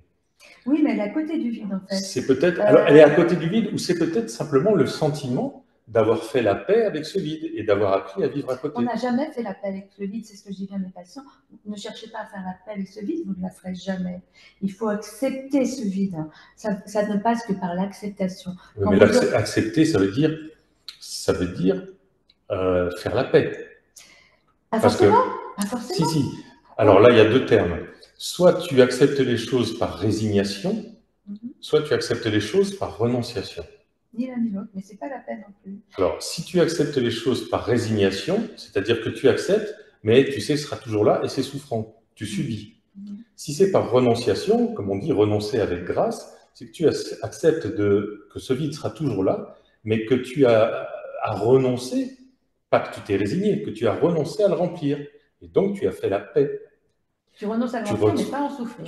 Voilà. Donc, tu ressens un apaisement.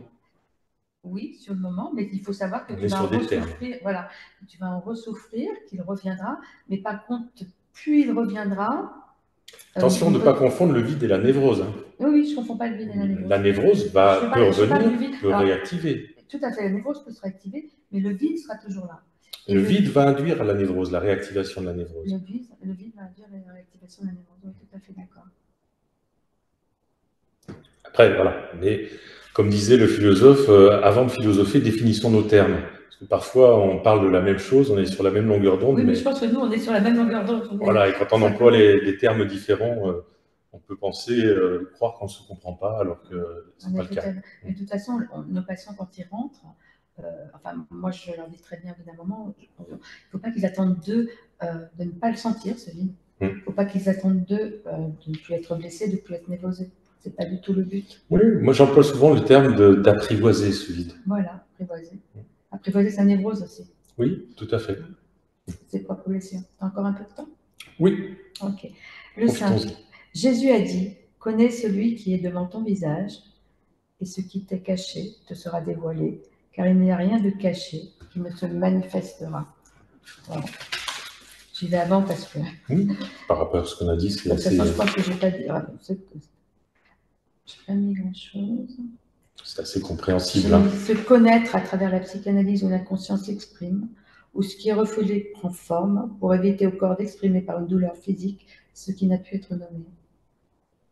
Je ne sais pas si tout le monde a entendu, mais c'est pas grave, on est tous d'accord avec toi quand même. Moi, je vais parler plus fort. Parce que... Celui-là, justement, il peut prêter à confusion, parce que celui-là, j'y ai réfléchi après avoir écrit le livre. Connais celui qui est devant ton visage. C'est-à-dire, est-ce que, selon dans quel sens on prend ce logium, celui qui est devant ton visage, c'est celui qui sert de transition, donc c'est l'ego.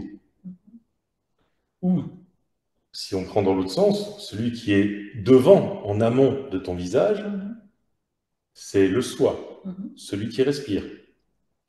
Donc, lequel des deux? Alors, dans le livre, en 2017, j'avais traité plutôt cette idée que connais celui qui est devant ton visage, c'est-à-dire apprends à connaître celui qui respire. Et depuis, j'ai réfléchi et j'ai beaucoup exercé. J'ai cette expérience du divan, déjà du mien, et du retour des gens qui viennent travailler avec moi.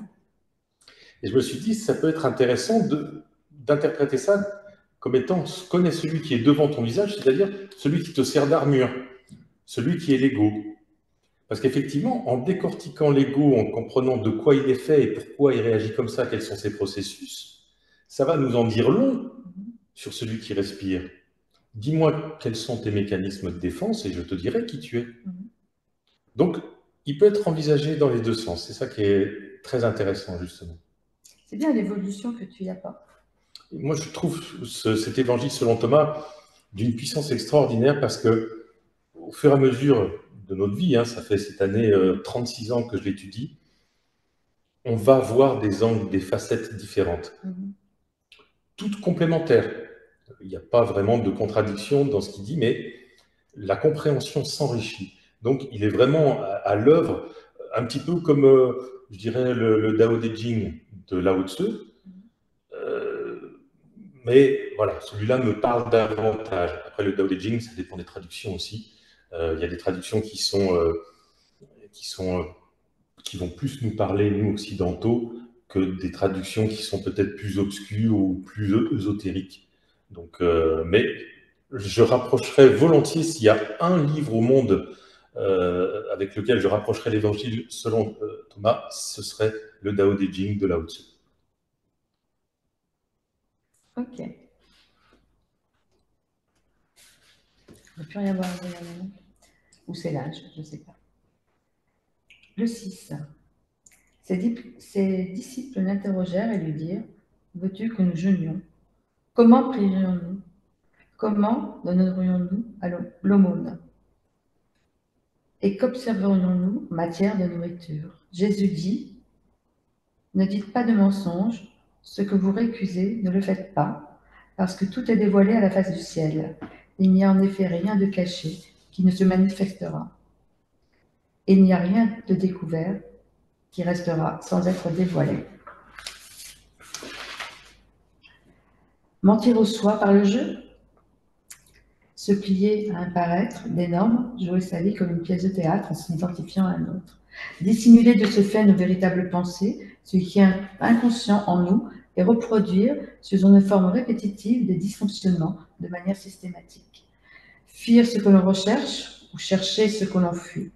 Répéter ce qui nous détruit en donnant à notre névrose le pouvoir du jeu. S'interdire de ce fait à la découverte du soi et à une relation authentique et spontanée. Rencontrer toujours la même toxicité relationnelle en se victimisant pour ne pas sortir du schéma névrotique qui nous détruit en donnant l'impression d'être indispensable et rassurant. Votre avis, Serge? Oui, c'est toujours pareil, effectivement. Est-ce qu'il faut passer par des rituels de la mythologie pour la connaissance de soi? Non, c'est se fier à des choses finalement pour nous rassurer et se sentir appartenir à un groupe, à une communauté, quel que soit le rituel. Mais s'identifier à un groupe, identifier vient du mot identique. C'est donc le chemin inverse que le chemin de l'individuation. Effectivement, se donner bonne conscience en donnant à des bonnes œuvres, tout ça, c'est peut-être pas la solution. Et on voit des gens qui sont dans le caritatif, qui ont l'air d'avoir un grand cœur, et qui sont là juste pour se donner bonne conscience, ou pour traiter leur surmoi et leur propre culpabilité. Et personne d'autre qu'eux-mêmes peuvent mieux savoir ce qui se passe. Et se mentir à soi ou se raconter des histoires, l'humain est très très fort pour ça. Donc les gens ne le font pas en conscience. Les gens le font en général sans le savoir. C'est véritablement un travail sur soi qui va nous permettre de comprendre que ce qu'on récuse, finalement, on peut l'abandonner parce que c'est là que pour nous rassurer ou nous donner bonne conscience, enlever notre culpabilité et ça ne sert à rien. Ça rebondit avec un logion où Jésus dit: ce que ta main droite fait, que ta main gauche l'ignore. Et c'est bien ça, si je donne 2 pièces à un SDF, si j'en ai véritablement conscience, c'est qu'il y a quelque chose de l'ordre du désir qui se passe en moi. Mais comment analyser ce désir? Pourquoi je veux donner 2 pièces à ce SDF-là? Est-ce que c'est pour me rassurer au cas où je sois un jour SDF? Est-ce que c'est pour me déculpabiliser, moi, de me sentir dans l'opulence parce que j'ai de la bouffe dans mon frigo? Et finalement, Jésus nous invite à ce que ta main droite fait. Si tu donnes quelque chose, si tu arrives à un moment donné à le faire sans y réfléchir, ce serait miraculeux, mais sans en avoir même l'inconscience du désir, à ce moment-là, tu es peut-être dans quelque chose de juste, dans un mouvement fluide. Un petit peu comme quand tu tailles le rosier et que tu n'es plus toi-même. C'est un petit peu... Alors on pourrait débattre longtemps, parce qu'on pourrait débattre sur l'altruisme. On pourrait débattre sur le don de soi, qui est un don normalement inconditionnel. On donne sans attendre du retour.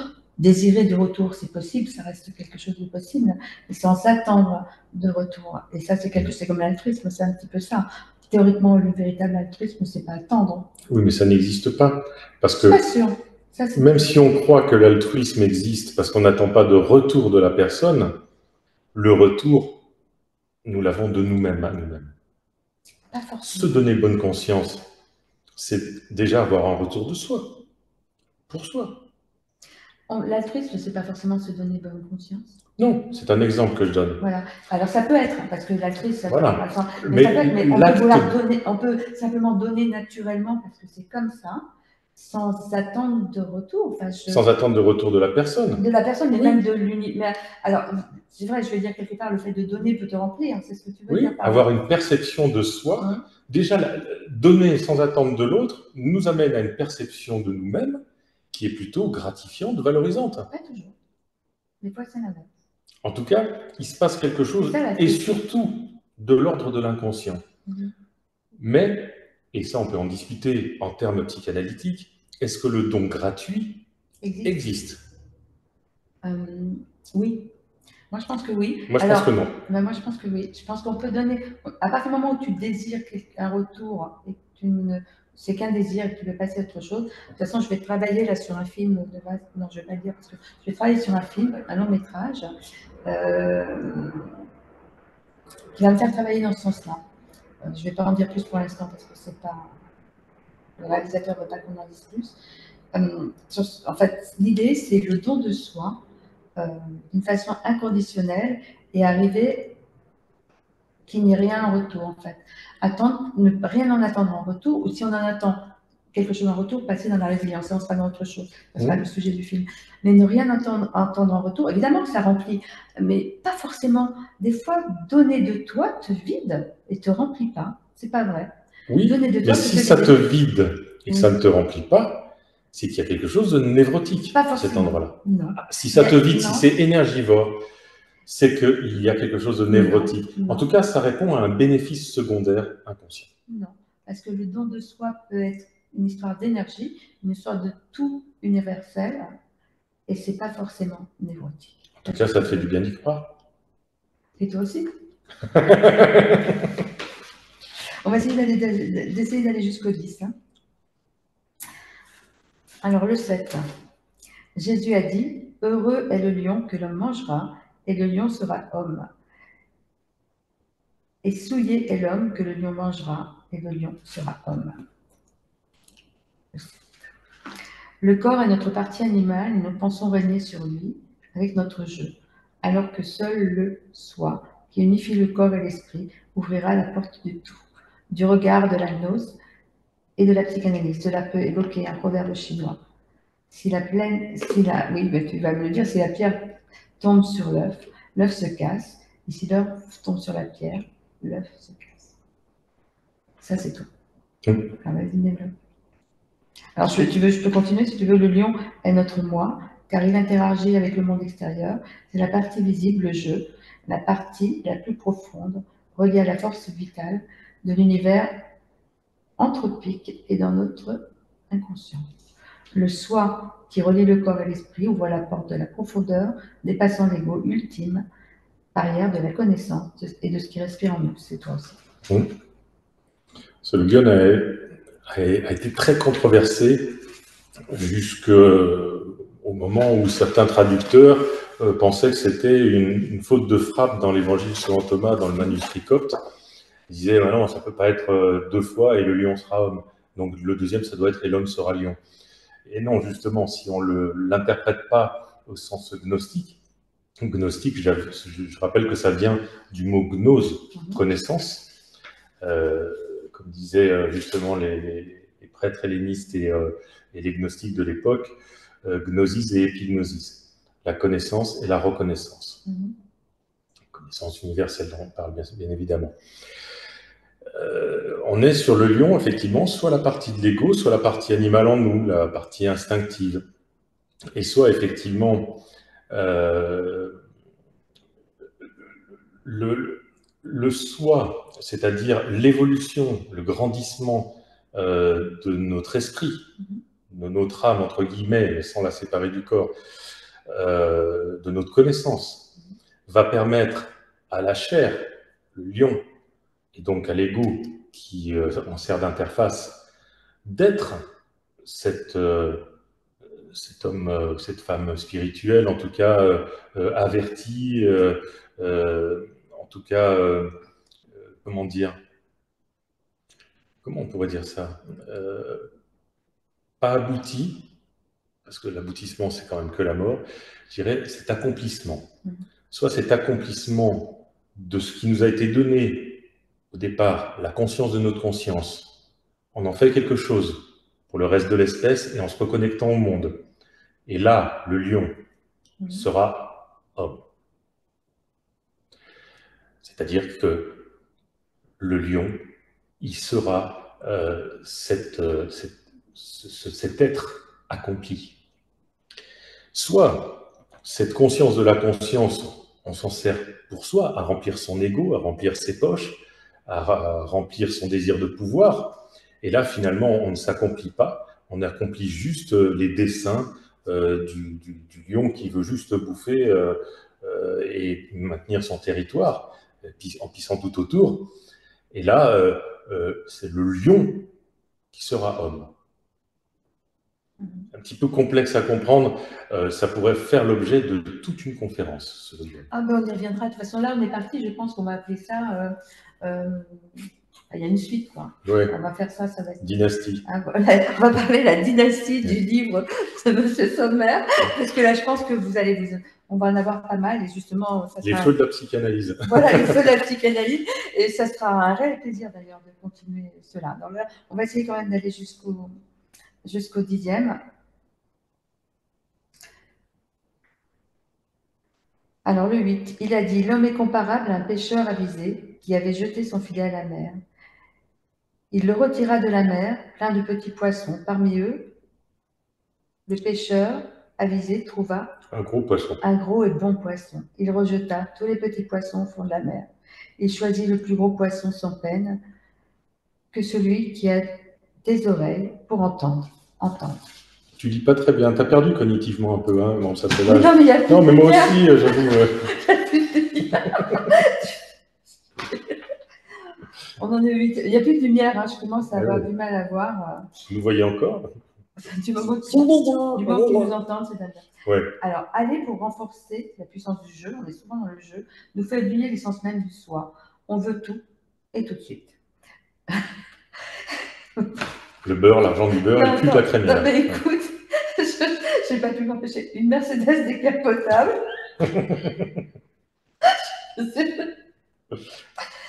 Une capture hybride, quelque chose qui remplit notre vide originel. Cela nous rend insaisissables, car ce vide est un puissant fond, est à l'heure de plaisir rapide, mais vite oublié. La vraie valeur, l'unique, celle qui va nous nourrir, qui ne se représentera pas forcément deux fois à nous. Nous la louperons, car notre regard sera tourné ailleurs, la satisfaction rapide, tout de suite et maintenant. Celle qui apaise, répare, comble, mais ne procure pas l'essentiel, l'élévation du soi. Alors, ta Mercedes, ça ressemble?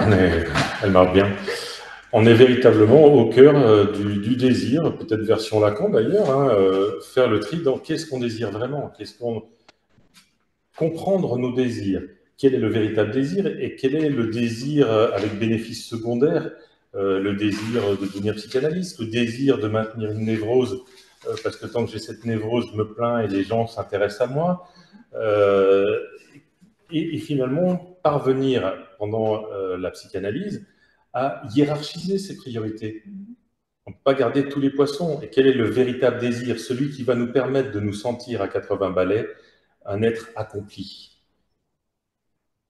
Parce que tant que nous n'avons pas ce sentiment d'accomplissement, et tant qu'on se perd dans des désirs finalement qui sont des désirs névrotiques, ou pour faire plaisir à nos parents, ou pour rattraper une dette imaginaire qu'on aurait contractée dans l'enfance inconsciemment, tant qu'on est dans ces faux désirs, qu'on ne capte pas son vrai désir, ce qui fait de nous un participant à la vie, un être vivant au monde, et bien finalement on va prolonger et exacerber l'angoisse de mort.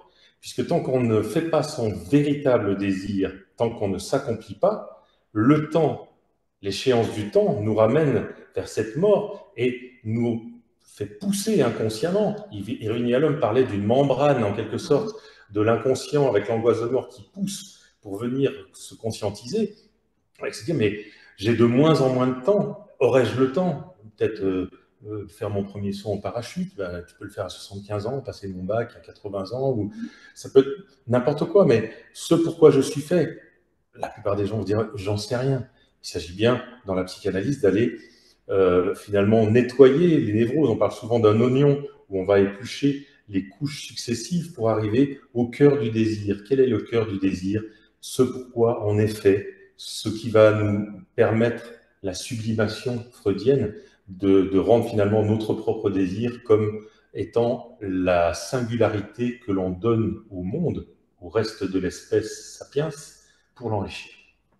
Et qui sera reconnu comme tel, hein, d'après Freud, voire valorisé. Alors, tu m'as dit trop de trucs. Il y a la reconnaissance. Pourquoi avons-nous besoin de reconnaissance? Il y a aussi le fait où tu as dit... Je n'ai pas parlé de reconnaissance. Bah, si, reconnu comme tel, c'est une certaine reconnaissance. Non, qui sera reconnu comme tel, c'est-à-dire, quand Van Gogh peignait, il avait son désir de peindre quelque chose, il n'attendait pas forcément de reconnaissance, enfin, on n'en sait rien. Non, pas des autres, mais c'est quand même une reconnaissance de ce qu'il avait le désir de peindre. Oui, en tout cas, il s'accomplissait, il s'est accompli dans cette œuvre qui sublimait finalement toute sa résilience, ses douleurs, ses tortures, ce qu'il en faisait. Il n'a jamais gagné de thunes pendant son vivant, et c'est après sa mort que ce qu'il a fait a été reconnu par le reste de l'espèce comme étant quelque chose qui parle à tous, que chacun va s'approprier pour lui. Donc c'est un cadeau qu'il fait au reste de l'espèce et qui est valorisé par le reste de l'espèce, ne serait-ce que par le prix de ses toiles. Oui, mais il ne le verra pas, donc on n'a rien à foutre. Voilà, mais c'est pas, le problème, c'est pas qu'il le voit, c'est pour ça qu'on ne parle pas d'une reconnaissance, d'un désir de reconnaissance. On parle de ce qui s'accomplit en nous dans la sublimation, s'accomplit par notre propre désir pour se sentir soi, se sentir vivant au monde. C'est ce que j'ai à faire, c'est mon job, c'est mon destin, on l'appelle comme on veut, c'est ce qui va faire que je me sentirai accompli. Et je m'en fous des autres, je les emmerde même à la limite. Mais si cet accomplissement est au cœur de l'ouvrage de la sublimation, d'après Freud, va être reconnue, perçue par les autres comme étant comme un porte-parole de ce don, un porte-parole de ce qui parle en soi, comme une chanson. Une chanson, tu écris une chanson, sur 10 chansons que tu écris, tu vas les écrire toutes avec le cœur, et puis il y en a une qui va être, que les gens vont s'approprier. Ça là, elle me parle. Ça là, c'est tout moi. Ça là, j'aurais pu l'écrire. Et c'est ça la sublimation. Et le disque va se vendre à des millions d'exemplaires, et la sublimation est dans ce cœur-là. Et là, il y a quelque chose qui s'accomplit.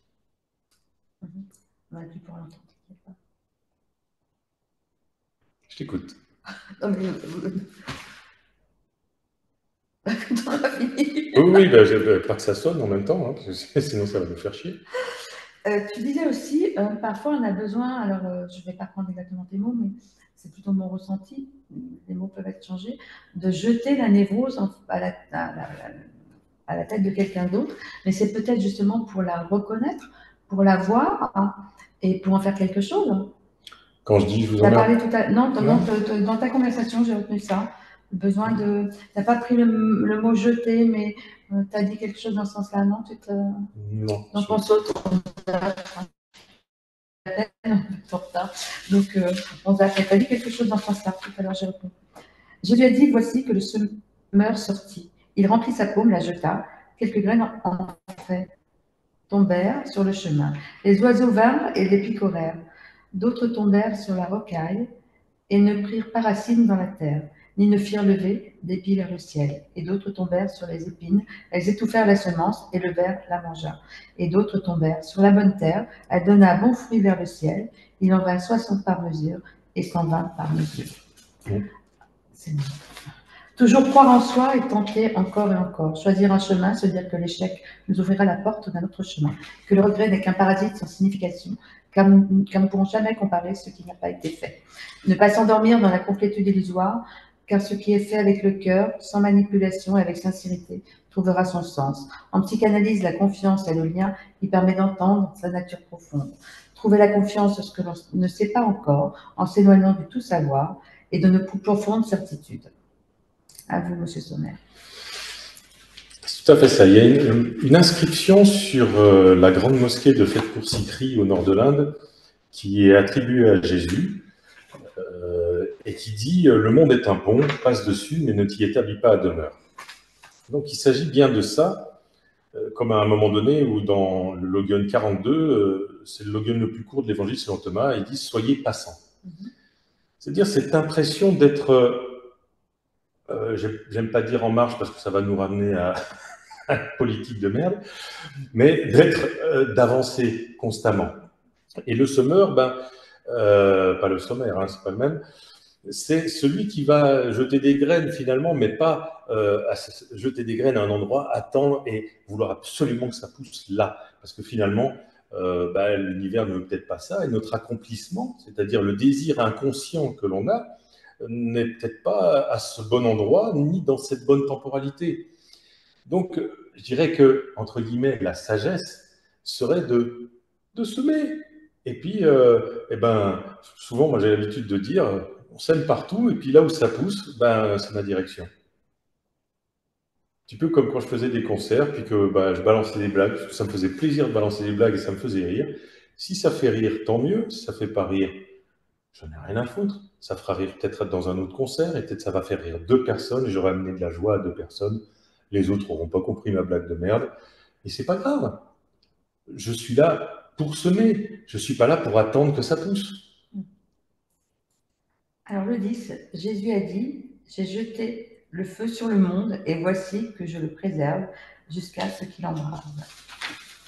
Très intéressant ce regard. Inconscient face au moi. Il faut parfois du temps pour se découvrir, il faut semer des graines qui germeront quand cela sera le moment. Il faut également parfois semer plusieurs fois, mais la récolte sera d'autant plus généreuse que l'attente aura été longue.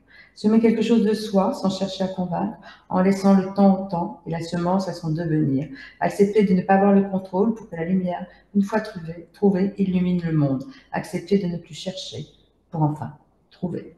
Certes, on touche presque à la spiritualité dans cette évocation. Si on revient à la psychanalyse, je dirais que Jésus nous interroge justement sur les mêmes interrogations que la psychanalyse. Dépassons les certitudes et le discours formaté du mental, de l'ego, pour aller chercher ce qui se trouve derrière. En ce sens, il n'est pas venu amener la paix, mais il est venu foutre la merde. Foutre la merde au parc, comme dans le film Didier avec Alain Chabat. Foutre la merde au parc, voilà. Il est venu jeter le feu et il attend jusqu'à ce qu'il embrase, c'est-à-dire qu'il vienne tout détruire finalement, ce parc de certitudes qui nous empêche d'avancer, qui nous clive loin du monde, c'est-à-dire du vivant, de notre réalité, et loin de la connaissance, avec un C majuscule. Et c'est bien le travail de psychanalyse. Le travail de psychanalyse, ce n'est pas un parcours de santé. On y va en général parce que c'est une forme de thérapie, donc ça ne va pas bien, donc on vient pour essayer d'aller mieux. Mais la psychanalyse a cette particularité que c'est presque une forme de développement personnel aussi. C'est pas un parcours de santé, une fois de plus. On vient et on va bouleverser nos certitudes, on va fissurer nos névroses qui ont été un mécanisme de défense et qui nous ont permis l'équilibre jusqu'à aujourd'hui. Mais si on va pas bien, c'est que le mur est trop fissuré et qu'il va falloir tout casser. Et il n'est pas rare que quand on débute une psychanalyse, on va pas très bien les premiers temps, parce qu'il y a toute la merde qui remue. Je dis souvent, pour parler vulgairement, mais c'est tellement parlant, il faut appeler un chat, on va récurer la fosse septique. Ça va puer la merde, mais il ne s'agit pas d'aller fouiller dans le passé juste par plaisir et pour se torturer ou se gratter le nombril. Il s'agit d'aller recueillir à l'origine ce qui fait que le passé pollue aujourd'hui le présent. Donc, ça va bouleverser des choses. On va reparler de papa, de maman, du grand frère, de la grande sœur qui nous a peut-être attouchés, du papa qui était peut-être violent, de la maman qui était peut-être dépressive ou alcoolique, je ne sais pas. Peut-être de petits traumas qui se sont accumulés. Et comme les études le montrent, des petits traumas accumulés sont autant impactantes qu'un seul gros trauma. Donc, on va aller remuer tout ça. Donc, avant de chercher la paix, effectivement, ça va être une aventure. Et cette aventure se passera d'autant mieux que sur le divan, on se sentira en sécurité avec notre analyste dans le lieu sécurisé neutre, c'est-à-dire de préférence ni chez soi, ni chez l'analysant, mais dans un cabinet à part. Cette neutralité pour l'un et pour l'autre, qui fait de ce cabinet un endroit sacré, entre guillemets, et complètement sécurisé, qui va permettre à l'analysant de prendre le risque d'aller vers lui-même. C'est une forme de risque. Je dis souvent à mes patients, quand vous venez ici, déjà, le fait d'avoir pris rendez-vous et de jeter sur la table tout ce qui ne va pas bien, c'est du courage. Rendez-vous compte, c'est du courage.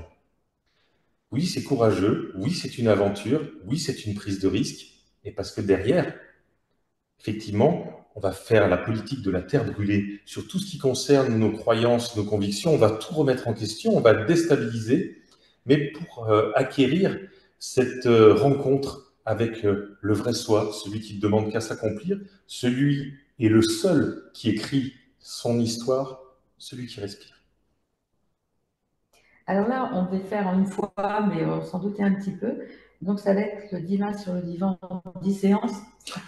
Je pense que peut-être on s'organisera la prochaine fois pour peut-être faire un condensé C'est pas grave, ou aller d'un truc à l'autre. C'est très bien d'interroger sur plein de choses avec plein de profondeur. C'est bien aussi de se poser comme on l'a fait.